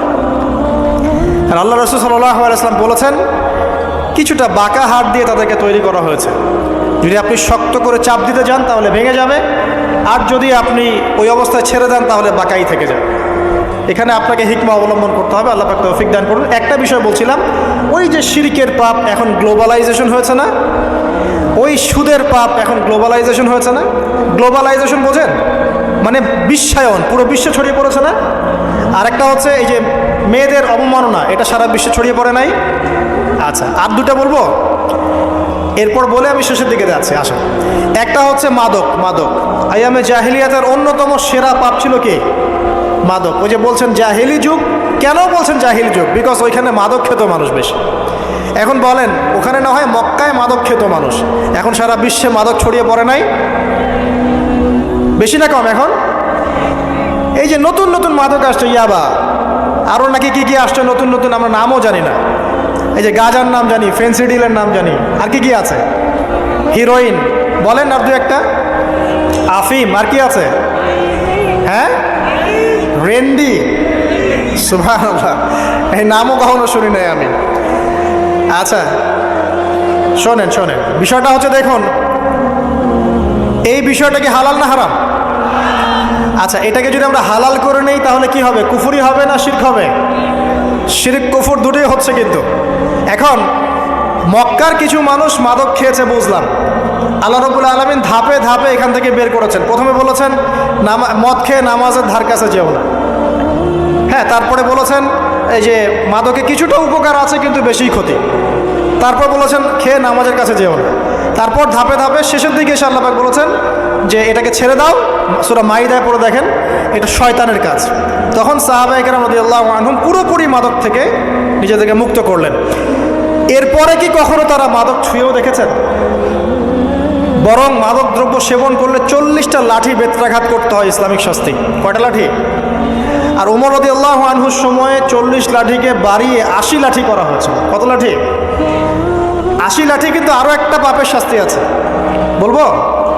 অপবাদ, এখন যেটা বেশি দেয়া হয়, অপবাদ, মিথ্যা অপবাদ, সতীসাধী নারীর উপরে মিথ্যা অপবাদ, এর শাস্তি হচ্ছে 80 লাঠি। আবার 100 লাঠির শাস্তি আছে, 100 লাঠি। এটা কিসের জানেন? জিনা। জিনা, এই যে যারা করছেন, এর শাস্তি হচ্ছে 100 লাঠি। তাও জনসমক্ষে দিতে হবে, গোপনে না। আর 1 বছরের জন্য এলাকা ছাড়া করতে হবে। রজম একটা শাস্তি আছে, রজম। এটা কি? রজম মানে পাথর নিক্ষেপ করে হত্যা। এটা তো বর্বর, তাই না? অমানবিক, মধ্যযুগীয়। এসব কথা শুনছেন না? শোনেন, কিছু কিছু বিষয় আছে যে বিষয়গুলো করার পরে এই পৃথিবীতে মানুষ বেঁচে থাকার অধিকারটা হারিয়ে ফেলে। কথা বুঝতে পারছেন না মনে হয়? কিছু কিছু পাপ আছে, এগুলো করলে পরে মানুষ এই পৃথিবীতে বেঁচে থাকার অধিকারটা হারায় ফেলে। যেমন কোনো বিবাহিত ব্যক্তি যদি জেনা করে, নাউজুবিল্লাহ, কোনো ছেলে যদি কোনো ছেলের সাথে যৌন সম্পর্ক করে, সমকামী করে, বা এটাকে যেটা গে মানে যেটা কি বলে, সমকামিতা, ঠিক আছে, এই কাজ যদি কেউ করে, এই নোংরা কাজ যদি কেউ করে, কোনো মেয়ে যদি কোনো মেয়ের সাথে এরকম কোনো কাজ করে, একই পাপ। এইসব পাপ করলে পরে এই পৃথিবীতে বেঁচে থাকার অধিকারটা সে হারিয়ে ফেলে। কথা কি বুঝতে পারছেন? আচ্ছা, তখন শাস্তি হচ্ছে আল্লাহ রাব্বুল আলামিন পাথর নিক্ষেপ করে হত্যা করতে বলেছেন। কারণ হচ্ছে সে এত গর্হিত একটা কাজ করেছে যেটা এই শাস্তি পাওয়ার সম্পূর্ণ যোগ্য। এবং কওমে লূত নামে যে কওম ছিল, ওই কওমটাকে আসমানে উঠিয়ে আল্লাহ পাক পাথর বর্ষণ করে এভাবেই শেষ করে দিয়েছে। জর্ডান একটা দেশ আছে না, জর্ডান, জর্ডানের পাশে ডেড সি নামে একটা জায়গা আছে, ডেড সি, মৃত সাগর। ওইখানে সাদুম নামে একটা গোত্র থাকতো। কোন গোত্র? সাদুম। ওই সাদুম গোত্র এরকম সমকামী ছিল। আল্লাহ রাব্বুল আলামিন লূত আলাইহিস সালামকে পাঠিয়েছিলেন, তারা হেদায়েতের বাণী শোনে নাই। আল্লাহ পাক ওদেরকে আসমানে উঠিয়ে পাথর নিক্ষেপ করে উল্টা দিকে দাফন করে দিয়েছে। নাউজুবিল্লাহ। তো কিছু কিছু পাপ আল্লাহ পাক সহ্য করেন না, আল্লাহ পাকের আরশ কেঁপে ওঠে। এই পাপগুলো সেরকম পাপ। কথা বুঝতে পারছেন? তো এই যে জিনা, পর্নোগ্রাফি, ব্যভিচার, পরকীয়া, এগুলোর মধ্য দিয়ে আমরা নারীর অবমাননা করছি না? এবং ধর্মের মাধ্যমে মাঝে মাঝে করছি, যখন আমরা ধর্মের নামে মেয়েদের অধিকার দিচ্ছি না। অনেকেই সম্পত্তির অধিকার দিচ্ছেন না, অনেকেই শিক্ষিত করছেন না, অনেকেই আরও যৌতুক নিচ্ছেন না, যৌতুক নিচ্ছেন না অনেকেই। যে বিয়ের সময় যৌতুক নেয়, এটা তো মেয়ের উপর, মেয়ের পিতার উপর টর্চার করা, সম্পূর্ণ হারাম, সম্পূর্ণ হারাম। তারপরে দেখবেন, রিপোর্টগুলো পড়ে দেখবেন যে এই বছর 2000 কত, এটা 22, এই 22-এই গভর্নমেন্ট রিপোর্ট অনুযায়ী নিবন্ধিত প্রায় 1339টা ধর্ষণের মামলা হয়েছে। তো এটা এখন অ্যাভেলেবল, যে কোনো সব জায়গায় ধর্ষণ হচ্ছে, এখন অ্যাভেলেবল। মানুষ এটাকে স্বাভাবিক মনে করছে, এখন নর্মাল, নর্মাল ধর্ষণ হতেই পারে, মানুষ এখন এমন মনে করছে। প্রত্যেক দিন পেপার খুলবেন, দেখবেন রেপের খবর, প্রত্যেক দিন খবর শুনবেন ধর্ষণের খবর। আর সব খবর তো আসে না, আসে হয়তো 10%, 20%, 30%, বেশিরভাগই আসে না। এলাকায় মোড়ে মোড়ে দেখবেন, গ্রামে গঞ্জে শহরে বন্দরে খালি ইফটিজিং, ইফটিজিং দেখবেন, খালি ইফটিজিং। মেয়েদেরকে যৌন হয়রানি করা হচ্ছে, বাসে, অটোতে, টেম্পুতে, সব জায়গায়। বাসের মধ্যে মেয়েকে রেপ করে ফেলা হচ্ছে। একটা বাচ্চা মেয়ে যে বোঝেও না যে সেক্সুয়াল বিষয়গুলো কী জিনিস, ওকেও রেপ করা হচ্ছে। এই যে মহামারী, আপনি তো বুঝতে পারছেন না যে আমরা কোন সমাজে আছি। এই সমাজে আপনার মেয়ে তো সেফ না, আমার মেয়ে তো সেফ না। আমার মেয়ে, আপনার মেয়ের ভবিষ্যৎ কি হবে, এর ভবিষ্যতের নিশ্চয়তা কে দিবে? আপনার মেয়ের ইজ্জতের ভবিষ্যতের নিশ্চয়তা কে দিবে? এই নিশ্চয়তা দেওয়ার মতো মানুষ কোথায়, নেতা কোথায়? কারো ঘরের স্ত্রী, কারো ঘরের বোন, কারো ঘরের মেয়ে এখন সেফ না। যে কোনো দিন, যে কোনো জায়গায়, যে কোনো দুর্ঘটনা হতে পারে। বাসে, ট্রাকে, ট্রেনে, অটোতে, সব জায়গায় হতে পারে। আর এগুলোকে আমরা প্রমোট করছি, এখন নগ্নতাকে প্রমোট করছি, পর্নকে প্রমোট করছি। এই নগ্নতা, পর্ন, এসব দিয়ে মানুষের মাথাটাকে পুরো জানোয়ার বানিয়ে ফেলা হয়েছে। পর্ন দেখাতে দেখাতে ছেলেদের মাথাটাকে জানোয়ার, পশু বানিয়ে ফেলা হয়েছে। এরা এখন বোঝে না যে মেয়ে কি জিনিস, মা কি জিনিস, বোন কি জিনিস, তাও বোঝে না। ভাই ভাই বোনের সাথে জেনা করেছে, চাচাতো বোন চাচাতো ভাইয়ের সাথে জেনা করছে, চাচাতো ভাই ফুফাতো বোনের সাথে জেনা করছে। রংপুরের খবর শুনলাম যে মায়ের সাথে ছেলেও জেনা করেছে, নাউজুবিল্লাহ। এগুলো কেন হচ্ছে? এই মহামারী কেন হচ্ছে? কি সমাধান দিবে? সমাধান ইসলামে ছিল, আমরা নেই নাই। সমাধান হচ্ছে, প্রথম সমাধান অশ্লীলতার মহামারী বন্ধ করতে হবে, পর্দা নিশ্চিত করতে হবে, পর্নোগ্রাফির সমস্ত সাইটগুলো বন্ধ করে ফেলতে হবে। আজকের নিউজ তো কথা বললে তো কাজ হবে, কথা না বললে কাজ হবে কিভাবে? 26,000 পর্ন সাইট তারা বন্ধ করে দিয়েছে। যখন সমাজের মানুষ পর্ন দেখতে দেখতে পশু হয়ে গেছে, আপনি বাইরে এই যে আলখাল্লা টুপি দাড়ি পরে ঘুরলে লাভ আছে? ভিতর থেকে তো আপনি পশু। দেখবেন মসজিদে ইমাম সাহেব নামাজ পড়তে এসেছে, বাসায় পর্ন দেখে আসছে, নামাজে কোনো মনোযোগ নাই। দেখবেন টাপাটাপ নামাজ পড়ছে, কোনো মনোযোগই নাই, পর্ন দেখে। ইমানের আলোচনা করবেন, খুব লাফালাফি করলো, 2 দিন পর দেখবেন কোনো খবর নাই, পর্ন দেখতে দেখতে ভিতরটা শেষ, ড্যামেজ। পর্নোগ্রাফিতে যে একবার আসক্ত হয়েছে, তার মধ্যে ইমানের কোনো তেজই থাকবে না, কোনো তেজ থাকবে না। এখন আলেম জালেম সবার ফোনে ফোনে দেখবেন পর্ন চলে আসতেছে, কেউ দেখতে না চাইলেও তাকে দেখতে বাধ্য করা হচ্ছে। ফেসবুকে ঢুকবেন, নগ্ন দৃশ্য। এই নগ্নতা দিয়ে, এই পর্নোগ্রাফি দিয়ে, এই যে মিডিয়ার মধ্যে দিয়ে প্রমোটিংটা দিয়ে ব্যভিচার ছড়িয়ে দেয়া, জেনা ছড়িয়ে দেয়া, অশ্লীলতা ছড়িয়ে দেয়া, পরকীয়া ছড়িয়ে দেয়া, এর মধ্য দিয়ে নারীর সম্মান, দেহ, ইজ্জতকে আমরা এখন রাস্তার সাথে মিশিয়ে দিয়েছি। কিসের অধিকারের কথা বলছে? কিসের নারী অধিকারের কথা বলছে? খালি ডিগ্রি সার্টিফিকেট অর্জন করতে পারলেই অধিকার হয়? আমার তো ইজ্জতই ঠিক থাকলো না, আমার অধিকার কোথায় থাকলো? একটা সার্টিফিকেট অর্জন করার জন্যে কলেজের মেয়েদেরকে বড় বড় নেতার বেডরুমে ঢুকানো হচ্ছে, দেখেন নাই? তো একটা সার্টিফিকেট অর্জন করতেই হবে আমাকে, নিজের ইজ্জত বিক্রি করে দিয়ে হলেও আমার সার্টিফিকেট অর্জন করতেই হবে। লাথি মারি এসব পড়াশোনার পিছনে, দরকার নেই আমার পড়াশোনা। হচ্ছে বাসায় এলাকায় এলাকায় মহিলা মাদ্রাসা করেন, মাদ্রাসায় মেয়েদেরকে পড়ান। আমি খুব দুঃখের সাথে বলছি, অনেক মাদ্রাসাতেও এরকম ঘটনা কিন্তু ঘটেছে, ঘটেছে না? এখানে একটা কথা আমরা পরিষ্কার করতে চাই, সেটা হলো যে পাপ পাপী, রেপি, ধর্ষণী, সে আলেম করুক আর জালেম করুক, ইমাম করুক আর জালেম করুক, ফাসেক করুক, সবাইকে সমান শাস্তি নিশ্চিত করতে হবে। আর শাস্তি হবে দৃষ্টান্তমূলক, যেন আরো 10 জন দেখে শিক্ষা নেয়। ওই যে ইসলামে আছে না, হাত কেটে ফেলা, কি কারণে বলেন তো? কারণ সবাই যখন দেখবে এই যে খুঁটির সাথে বেঁধে একটা চোরের হাত কেটে ফেলা হয়েছে, এলাকার সব মানুষ দেখেছে, চুরি বাড়বে না কমবে? নিশ্চিত চুরি কমে যাবে ইনশাআল্লাহ। তো এই যে নারীর অবমাননার ওই যুগের চেয়ে এই যুগে বেশি না কম? আপনি ভালো করে আল্লাহর নূর দিয়ে দেখেন। আমি প্রথমে বলেছি, শুধু বাইরের চোখ দিয়ে দেখলে সব বুঝতে পারবেন না। আল্লাহ পাকে নূর দিয়ে দেখেন, কোরআন সুন্নাহর গভীর জ্ঞান দিয়ে দেখেন, দেখবেন ওই জাহিলিয়াতের চেয়ে 1000 গুণ বেশি জাহিলিয়াত এখনকার বিশ্বে চলছে। আল্লাহ পাক আমাদের মা বোনদের ইজ্জত হেফাজত করুন, তাদের সম্মান হেফাজত করুন। আমরা দোয়া করি আল্লাহ পাক তাদেরকে উচ্চশিক্ষায় শিক্ষিত করুন, নিরাপত্তা নিশ্চিত করুন। কেউ যদি ওদের দিকে খারাপ চোখ তুলে তাকায়, আল্লাহ পাক সেই চোখকে যেন ধ্বংস করে দেন। আল্লাহ পাক তাদের ইজ্জতের প্রতি যদি কেউ খারাপভাবে হাত বাড়ায়, তাদের শাস্তি যেন নিশ্চিত করার তৌফিক আল্লাহ পাক আমাদেরকে দান করে। আল্লাহ পাক আমাদের মা বোনদেরকে মহামূল্যবান মনে করে আমাদেরকে হেফাজত করার তৌফিক দান করুন, আমিন। আর তাদেরকে যারা নগ্ন করতে চায়, আল্লাহ পাক এদেরকে ধ্বংস করে ছেড়ে দিন, আমিন। আল্লাহ পাক বলেছেন, যারা চায় মুমিন মুসলিমদের সমাজে অশ্লীলতা ছড়িয়ে পড়ুক, দুনিয়া এবং আখিরাত উভয় জাহানে আল্লাহ পাক এদেরকে ধ্বংস করবেন। আরেকটা বলে শেষ করি, সেটা হলো, কয়টা বলেছি ভাই জাহিলিয়াত? ইমাম মুহাম্মদ বিন আব্দুল ওয়াহাব রাহিমাহুল্লাহ, তার একটা বইয়ের মধ্যে 1000টা জাহিলিয়াত আছে। আমি 5টা বাছাই করেছি। কয়টা? 5টা। কয়টা বলেছি? 4টা। এক হচ্ছে কি বলেছিলাম? শিরক, আছে না নাই? রিবা, এখন আছে না নাই? 3 নাম্বার কি ছিল? মাদক। আর 4 নাম্বার নারীর অবমাননা। মাদক তো বুঝলেন, এটা তো আমার চেয়ে আপনারা ভালো বুঝেন, মাদক সব জায়গায় আছে। আল্লাহ রাসূল সাল্লাল্লাহু আলাইহি ওয়াসাল্লাম বলেছেন, কোনো ব্যক্তি যদি মাদক সেবন করে, তার 40 দিনের নামাজ কবুল হবে না।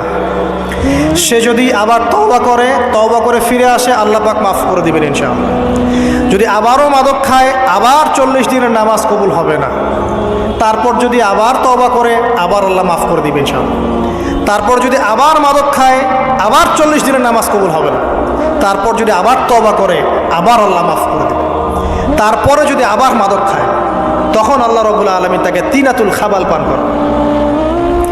প্রিয় ভাইরা, আপনারা মুসলিম না? আমরা মুসলিম না? মুসলিম যুবকদের সবচেয়ে সেরা অস্ত্র হচ্ছে ঈমান এবং নৈতিকতা। অন্যরা জাহিলিয়াতের স্রোতে ভেসে যাক, মুসলিম তরুণরা কখনো জাহিলিয়াতে যাবে না ইনশাআল্লাহ। আমার সাথে ওয়াদা করেন যে কোনো প্রকার মাদক দ্রব্যের সাথে সংশ্লিষ্ট থাকবেন না, একটা সিগারেটেও কখনো টান দিবেন না।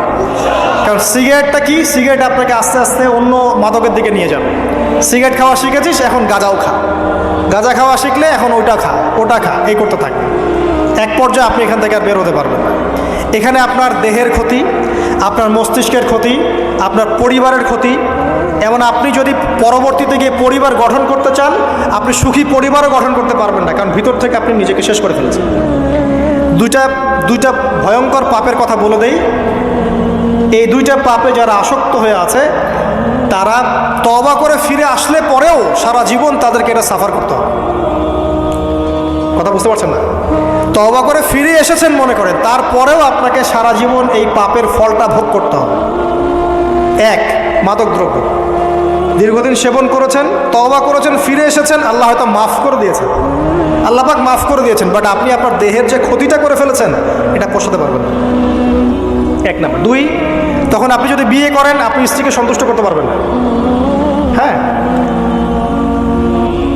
দুই নাম্বার হচ্ছে এই যে গোপনে যুবকরা যে পাপটা করে, মাস্টারবেশন, যেটাকে আমরা বলি হস্তমৈথুন, এই পাপ যেসব যুবকরা করছে বা করে, এবং অ্যাভেলেবেল এই পাপটা সবাই করে, কারণ এখন পর্নের যুগ, পর্ন দেখলে তো আর কোনো উপায় নাই, তখন তো এই পথেই যেতে হচ্ছে, নিজের উপরে নিজেকে জুলুম করতে হচ্ছে। যারা হস্তমৈথুন অভ্যস্ত হয়ে গেছে, এরা যদি তওবা করে ফিরেও আসে, শরীরের যে ক্ষতিটা হয়েছে এটা পূরণ হবে না। দেখেন, আমার মতো বয়সে, আমার চেয়ে প্রায় 10 বছর বয়স আগেই তারেক বিন জিয়াদ স্পেন জয় করেছিল। আমার যে বয়স এখন চলছে 30 পার হয়ে গেছে, এর চেয়ে আরও প্রায় 10 বছর আগে মুহাম্মদ বিন কাসিম এই সিন্ধু জয় করেছিল। এখন যে ইসলাম আপনি ভোগ করছেন, এটা তাদের ফল, তাদের এই জিহাদের ফল।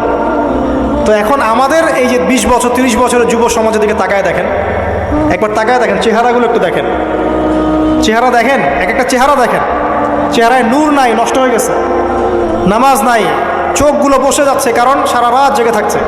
ওই যে টিকটক টিকটক টিকটক সারা রাত, হ্যাঁ, সারা রাত ফোনে, সারা রাত গল্প গুজব।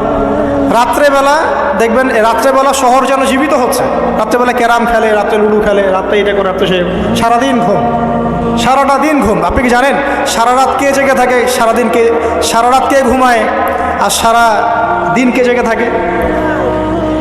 সারা রাত জেগে থাকে কুকুর, এবং সারাদিন ঘুমায় কুকুর। আর দেখবেন আপনি বিড়ালকে দেখবেন, ও কিন্তু রাত্রে ঘুম, এবং দিনের বেলা সে অ্যাক্টিভ। পাখিকে দেখবেন, পাখি সন্ধ্যা হলো একদম ঘরে, যেই সূর্য ডুববে পাখি একদম ঘরে, দেখেন না, পাখি ঘরে।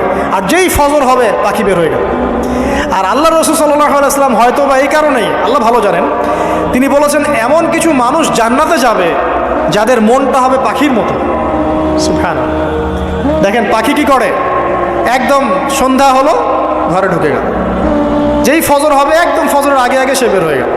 তো পাখির মতো হওয়ার চেষ্টা করে, পাখির মতো লাইফস্টাইলে আসে, এবং সে সারাদিন পরিশ্রম করে রিজিকের জন্য, করে না? আল্লাহ পাক পাখিকে রিজিক দেন কি চাকরির মধ্য দিয়ে, না ব্যবসার মধ্য দিয়ে? কীভাবে সে রিজিক পায়? তাওয়াক্কুল, তাওয়াক্কুল, আল্লাহর প্রতি তাওয়াক্কুল। আর তাওয়াক্কুল করে কি সে ঘরে বসে থাকে, না রিজিক সার্চ করে, রিজিক তালাশ করে? আপনিও রিজিক তালাশ করেন, আল্লাহ পাক রিজিক দিবে ইনশাআল্লাহ।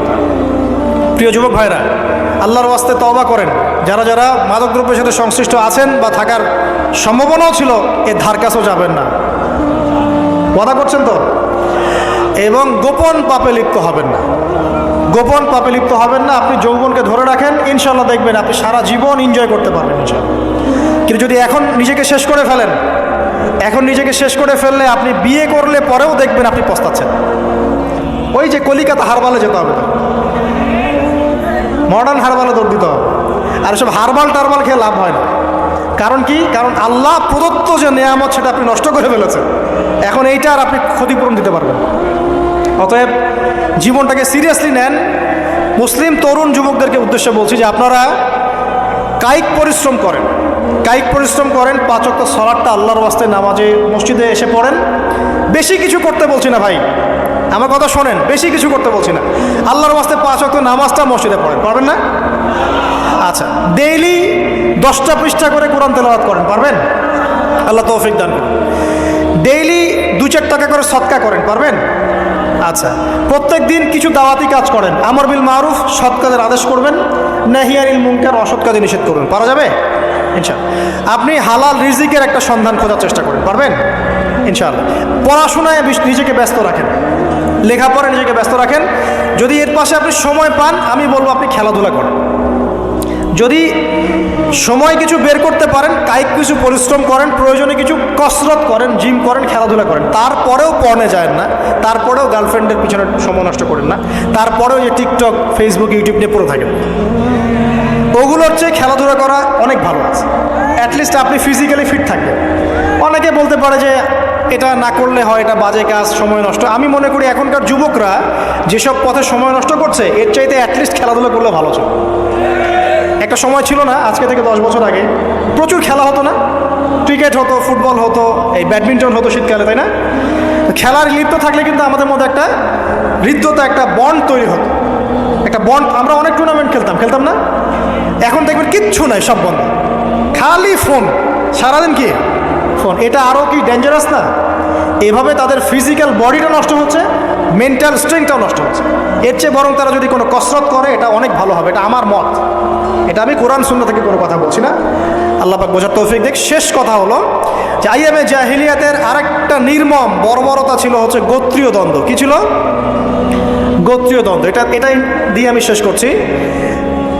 সেটা হলো কেমন গোত্রীয় দ্বন্দ্ব? মনে করেন একটা গোত্রের নাম বনু তামিম, একটার নাম বনু হানিফা, একটার নাম হচ্ছে বনু কোরাইজা, একটার নাম হচ্ছে মনে করেন বনু মাখজুম, আরেকটা হচ্ছে বনু আদি। এরকম অনেক গোত্র ছিল। তো এই গোত্রগুলোর মধ্যে আপোষে দ্বন্দ্ব চলতো, খুব সামান্য কারণে তারা দীর্ঘস্থায়ী যুদ্ধ করত। একটু বোঝার চেষ্টা করে, খুব সামান্য কারণে তারা লম্বা লম্বা যুদ্ধ করত। একটা উটকে কেন্দ্র করে প্রায় 80 বছর যুদ্ধ হচ্ছে। কত বছর? 80 বছর। এখন আপনাকে বলি, এই যে জাহেলিয়াতের এই যে গোত্রীয় হানাহানি, মারামারি, কাটাকাটি, এটা কি এখন সারা বিশ্বে ছড়িয়ে পড়েছে কি পড়ে নাই? আল্লাহর নূর দিয়ে দেখেন, পড়েছে কি পড়ে নাই? দেশে দেশে হানাহানি বেড়েছে না কমেছে? রাসূলুল্লাহ সাল্লাল্লাহু আলাইহি ওয়াসাল্লাম 23 বছর নবুয়তের জীবনে যতগুলো জিহাদ করেছেন এবং সারিয়া করেছেন, এতে সব মিলে হয়তো 2 থেকে 3 হাজার মানুষও মারা যায় নাই, ঠিক আছে? কিন্তু এখনকার দেখবেন প্রথম বিশ্বযুদ্ধেই কয়েক কোটি মানুষ শেষ, দ্বিতীয় বিশ্বযুদ্ধেই আরও কয়েক কোটি মানুষ শেষ, আর সামনে যে নিউক্লিয়ার যুদ্ধ হতে যাচ্ছে, আল্লাহু আলাম কবে হবে, এবং এটা হইলে যে কি হবে পৃথিবীর অবস্থা আল্লাহই ভালো জানে। এমন নিউক্লিয়ার ওয়েপন্স আছে যেটা আসমানে যদি বিস্ফোরণ ঘটানো হয়, তাহলে ওই দেশের সমস্ত ইলেকট্রনিক জিনিসগুলো নষ্ট হয়ে যাবে। বুঝতে পারেন না এই কথা? বোম মারতে হবে না পৃথিবীতে, মাটিতে বোমটা মারতে হবে না, আসমানে বিস্ফোরণ করে দিবে, তাতে আপনার পুরো দেশের যত ইলেকট্রনিক ডিভাইস আছে সব ড্যামেজ। এটা এই যুগ। ওই হিরোশিমা নাগাসাকির কথা মনে আছে? কি হয়েছিল ওখানে বলেন? 2টা বোম ফেলা হয়েছিল, পারমাণবিক বোমা। কে ফেলেছিল? কে ফেলেছিল? আমেরিকা। আচ্ছা, ওই বোম দুটার নাম কি? হ্যাঁ, এই তো জানেন, লিটল বয় আর ফ্যাটম্যান।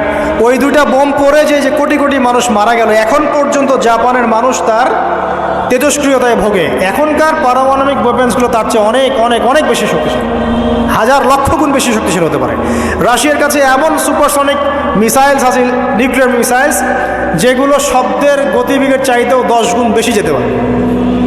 শব্দের গতিবেগ কত হার্টস বলো? তোমার সায়েন্সে পড়ো নাই?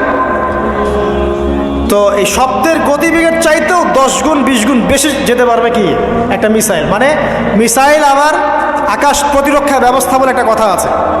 আকাশ প্রতিরক্ষা ব্যবস্থায় ওই মিসাইলগুলোকে ডিফেন্ড করে দেওয়া যায়, ধ্বংস করে দেওয়া যায় আকাশেই। ওই প্রতিরক্ষা ব্যবস্থাও ধরতে পারবে না কত জোরে মিসাইল যাচ্ছে।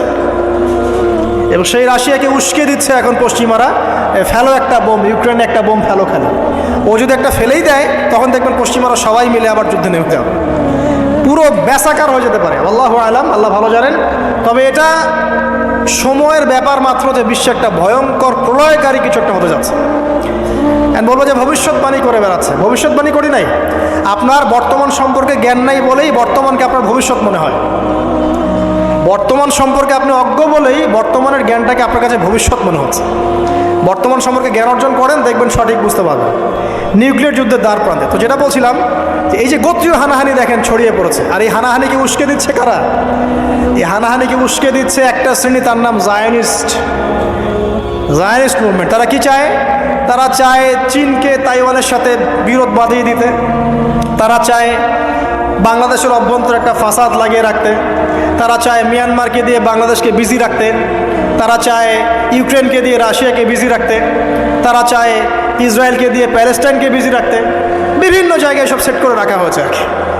এবং তার উদ্দেশ্য হচ্ছে পৃথিবী থেকে মানব জাতি কমিয়ে ফেলা, এবং আস্তে আস্তে যেন ওদের যে agenda, they want to rule the world, তারা সারা ওয়ার্ল্ডটাকে রুল করতে চায় এবং ইসলামকে পুরো মুছে ফেলতে চায়।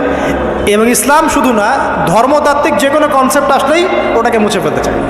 যে কোনো ধর্মকেই তারা সহ্য করতে পারছে না। তো এই উদ্দেশ্য বাস্তবায়নের জন্য তারা এই কাজগুলো করে বেড়াচ্ছে। আইয়ামে জাহিলিয়াতের সেই যে সুন্নত, ওই যে জাহিলিয়াত এখন সারা বিশ্বে এভাবে ছড়িয়ে পড়েছে। অতএব আমরা চোখ কান খোলা রাখতে হবে। ভয়ঙ্কর অবস্থা সামনে। দেখেন না, গভর্নমেন্ট বলছে এখন সামনে ভয়ঙ্কর খাদ্য সংকট দেখা দিবে, কৃষিজ দিকে ফোকাস করতে বলছে এবং নিজেদের খাদ্য উৎপন্ন করার দিকে মনোযোগী হতে বলছে। এই কথাগুলো 5 বছর থেকে বলি নাই, তখন তো খারেজি হয়ে গেছিলাম। এখন এই কথাগুলো খোদ আমাদের দেশের প্রাইম মিনিস্টারও বলছেন, আলহামদুলিল্লাহ, তাকেও সেই বুঝ আল্লাহ পাক দান করেছেন। তো এই যে কথাগুলো, এগুলো কোনো অনেক গল্প কাহিনী না। যারা ওয়ার্ল্ড অ্যাফেয়ার্স বোঝেন তারা জানেন যে বিশ্ব এখন একটা ভয়ঙ্কর একটা অবস্থার সম্মুখীন হয়েছে। এটা আপনারা বুঝতে হয়তো দেরি করে ফেলছেন। আল্লাহ পাক আপনাদেরকে বোঝার তৌফিক দান করুন, আমিন। শেষ কথা বলি, ওই দ্বন্দ্বটা কিন্তু দেশ থেকে দেশ ছড়িয়েছে, যেমন ঠিক একইভাবে ধর্মের মধ্যেও ছড়িয়েছে। ধর্মের মধ্যেও আমরা কিন্তু বহু দলে ভাগ হয়ে গেছি। এমনকি মুসলিমদের মধ্যেও আমরা শততা বিভক্ত বিভিন্ন দলে, আছে না? এক দল আরেক দলের লোকদেরকে সহ্য করতে পারে না, আরেক দল আরেক দলের ইমামকে সহ্য করতে পারে না, হ্যাঁ, এক সংগঠন আরেক সংগঠনকে সহ্য করতে পারে না। এই যে গোত্রীয় হানাহানির সুন্নত, ওই আইয়ামে জাহিলিয়াতের সুন্নত, এটা এখন মুসলিমদের মধ্যেও ঢুকে পড়েছে।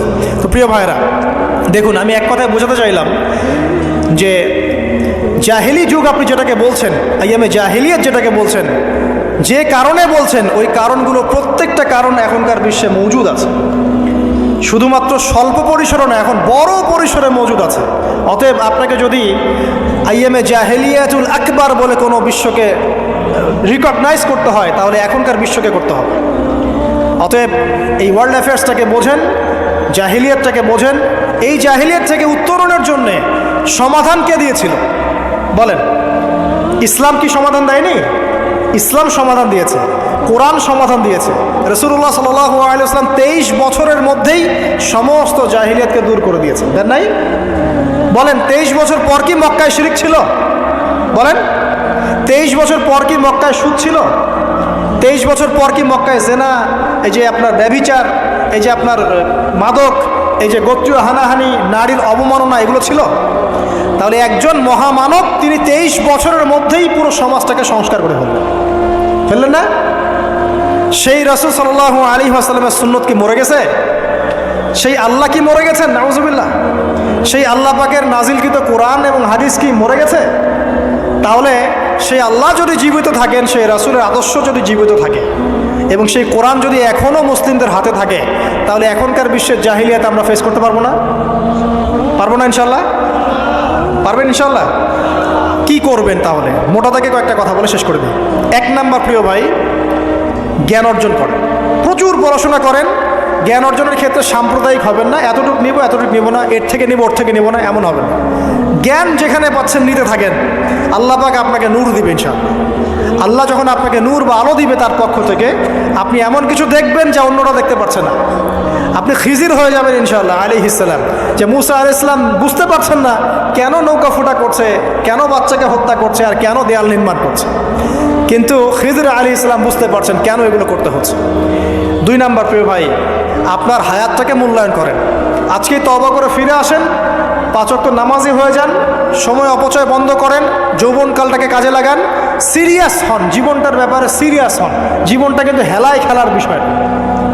একবার চলে গেলে, একবার মৌত হয়ে গেলে কান্নাকাটি কোটি কোটি বছর করলে আল্লাহ পাক আর দ্বিতীয়বার পৃথিবীতে ফিরাই দিবে না, দিবে?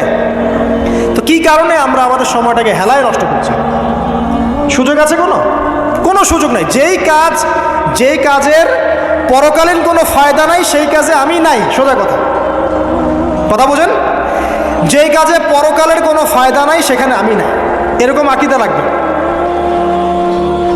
ইলম অর্জন করবেন কেন? পরকালের ফায়দা আছে তাই। নামাজ কেন পড়বেন? পরকালে ফায়দা আছে তাই। প্রেমের সম্পর্ক করব না কেন? পরকালে ফায়দা নাই তাই।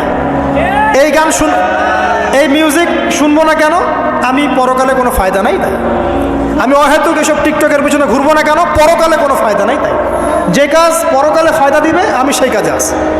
পারা যাবে ইনশাল্লাহ? আল্লাহ তৌফিক দান করুন। যুবক ভাইদেরকে আমি অনুরোধ করবো যে আপনাদের যৌবনটা আগামী মুসলিম উম্মার ভবিষ্যৎ। এই যে বলে না যে জাতির কাণ্ডারি হবে অমুক তমুক, কেউ জাতির কাণ্ডারি হতে পারবে না। জাতির কাণ্ডারি যদি হতে চায় তাহলে মুসলিম যুবকরাই হতে পারবে ইনশাল্লাহ। যারা সারাদিন মাদকদ্রব্য সেবন করে এরা জাতিকে কিচ্ছু দিতে পারবে না। যারা সারাদিন হকি স্টিক নিয়ে ঘুরছে আর নির্মমভাবে মানুষকে মারছে এরা জীবনেও জাতিকে কিচ্ছু দিতে পারবে না। ফাসাদ সৃষ্টি করা ছাড়া কিচ্ছু করতে পারবে না। দেশকে, জাতিকে এবং উম্মাকে যদি এগিয়ে নিতে হয় শুধু মুসলিম যুবকরাই পারবে ইনশাআল্লাহ। এবং কারা পারবে? যারা অন্য ধর্মের মানুষ কিন্তু মনটা স্বচ্ছ সৎ, তারাও পারবে। যাদের মনে সততা আছে অন্য ধর্মের হলেও তারা পারবে ইনশাআল্লাহ। যার মনে সততা নাই সে পারবে না। করাপ্টেড, দুর্নীতিপূর্ণ মন নিয়ে কখনো দেশের খেদমত, জাতির খেদমত করা যায় না। বাংলাদেশের সবচেয়ে বড় সমস্যা দুর্নীতি। বাংলাদেশের 1 নম্বর সমস্যা দুর্নীতি। দুর্নীতি যদি না থাকতো আর সমস্ত কালো টাকা যদি সাদা করা যেত বাংলাদেশের মানুষকে আজকে না খেয়ে মরতে হতো না। সামনের দিনগুলো কঠিন হবে, ভয়াবহ হবে, এটা সবাই বুঝতে পারছে, হয়তো শুধু আপনারা পারছেন না। আল্লাহ পাক আপনাদেরকে বোঝার তৌফিক দান করুন, আমিন। সামনে যান, নিজের জীবনকে কাজে লাগান, যৌবনকে কাজে লাগান, একটা হালাল রিজিক সার্চ করেন। অল্প রিজিকে সন্তুষ্ট হয়ে যান, উচ্চাভিলাষী হবেন না। উচ্চাভিলাষী হওয়ার দরকার নেই, যতটুকু আসছে আলহামদুলিল্লাহ, এটুকুর মধ্যেই সন্তুষ্ট থাকেন, পারবেন ইনশাআল্লাহ। সামনে যাবেন, আদর্শ পরিবার করবেন, পরিবারের মধ্যে ইসলাম থাকবে। পরিবারের পিতা হবে ইব্রাহিম, পরিবার সন্তান হবে ইসমাইল, পরিবারের স্ত্রী হবে হাজরা অথবা সারা আলাইহিস সালাম। দিনদার ছেলে নাই, বিয়ে নাই, দিনদার মেয়ে নাই, বিয়ে নাই। ওই যেটা আপনি মনে করছেন রূপ সৌন্দর্য হাবিজাবি কিচ্ছু থাকবে না ভাই, কিচ্ছু থাকবে না। 1 বছর 2 বছর পরে সব শেষ। দিনদার স্ত্রী পাবেন, চোখ বন্ধ করে বিয়ে করে ফেলবেন। আর দিনদার স্বামী পাবেন, বিয়ে করে ফেলবেন। আমার স্বামী কত বড় ব্যাংকের চাকরি করে, কত বড় ডিগ্রি, কত বড় সার্টিফিকেট, এটা পরের ইস্যু। আগের ইস্যু হচ্ছে আমার স্বামী নামাজ পড়ে কিনা, এই লোক আমার স্বামী হতে যাচ্ছে, এর দাঁড়িয়ে আছে কিনা, ইসলাম পালন করে কিনা, ইসলামের প্রতি ভালো ধারণা আছে কিনা, সে আমাকে পর্দায় রাখবে কিনা, এগুলো বড় জিনিস। পরিবার গড়ব, ইসলাম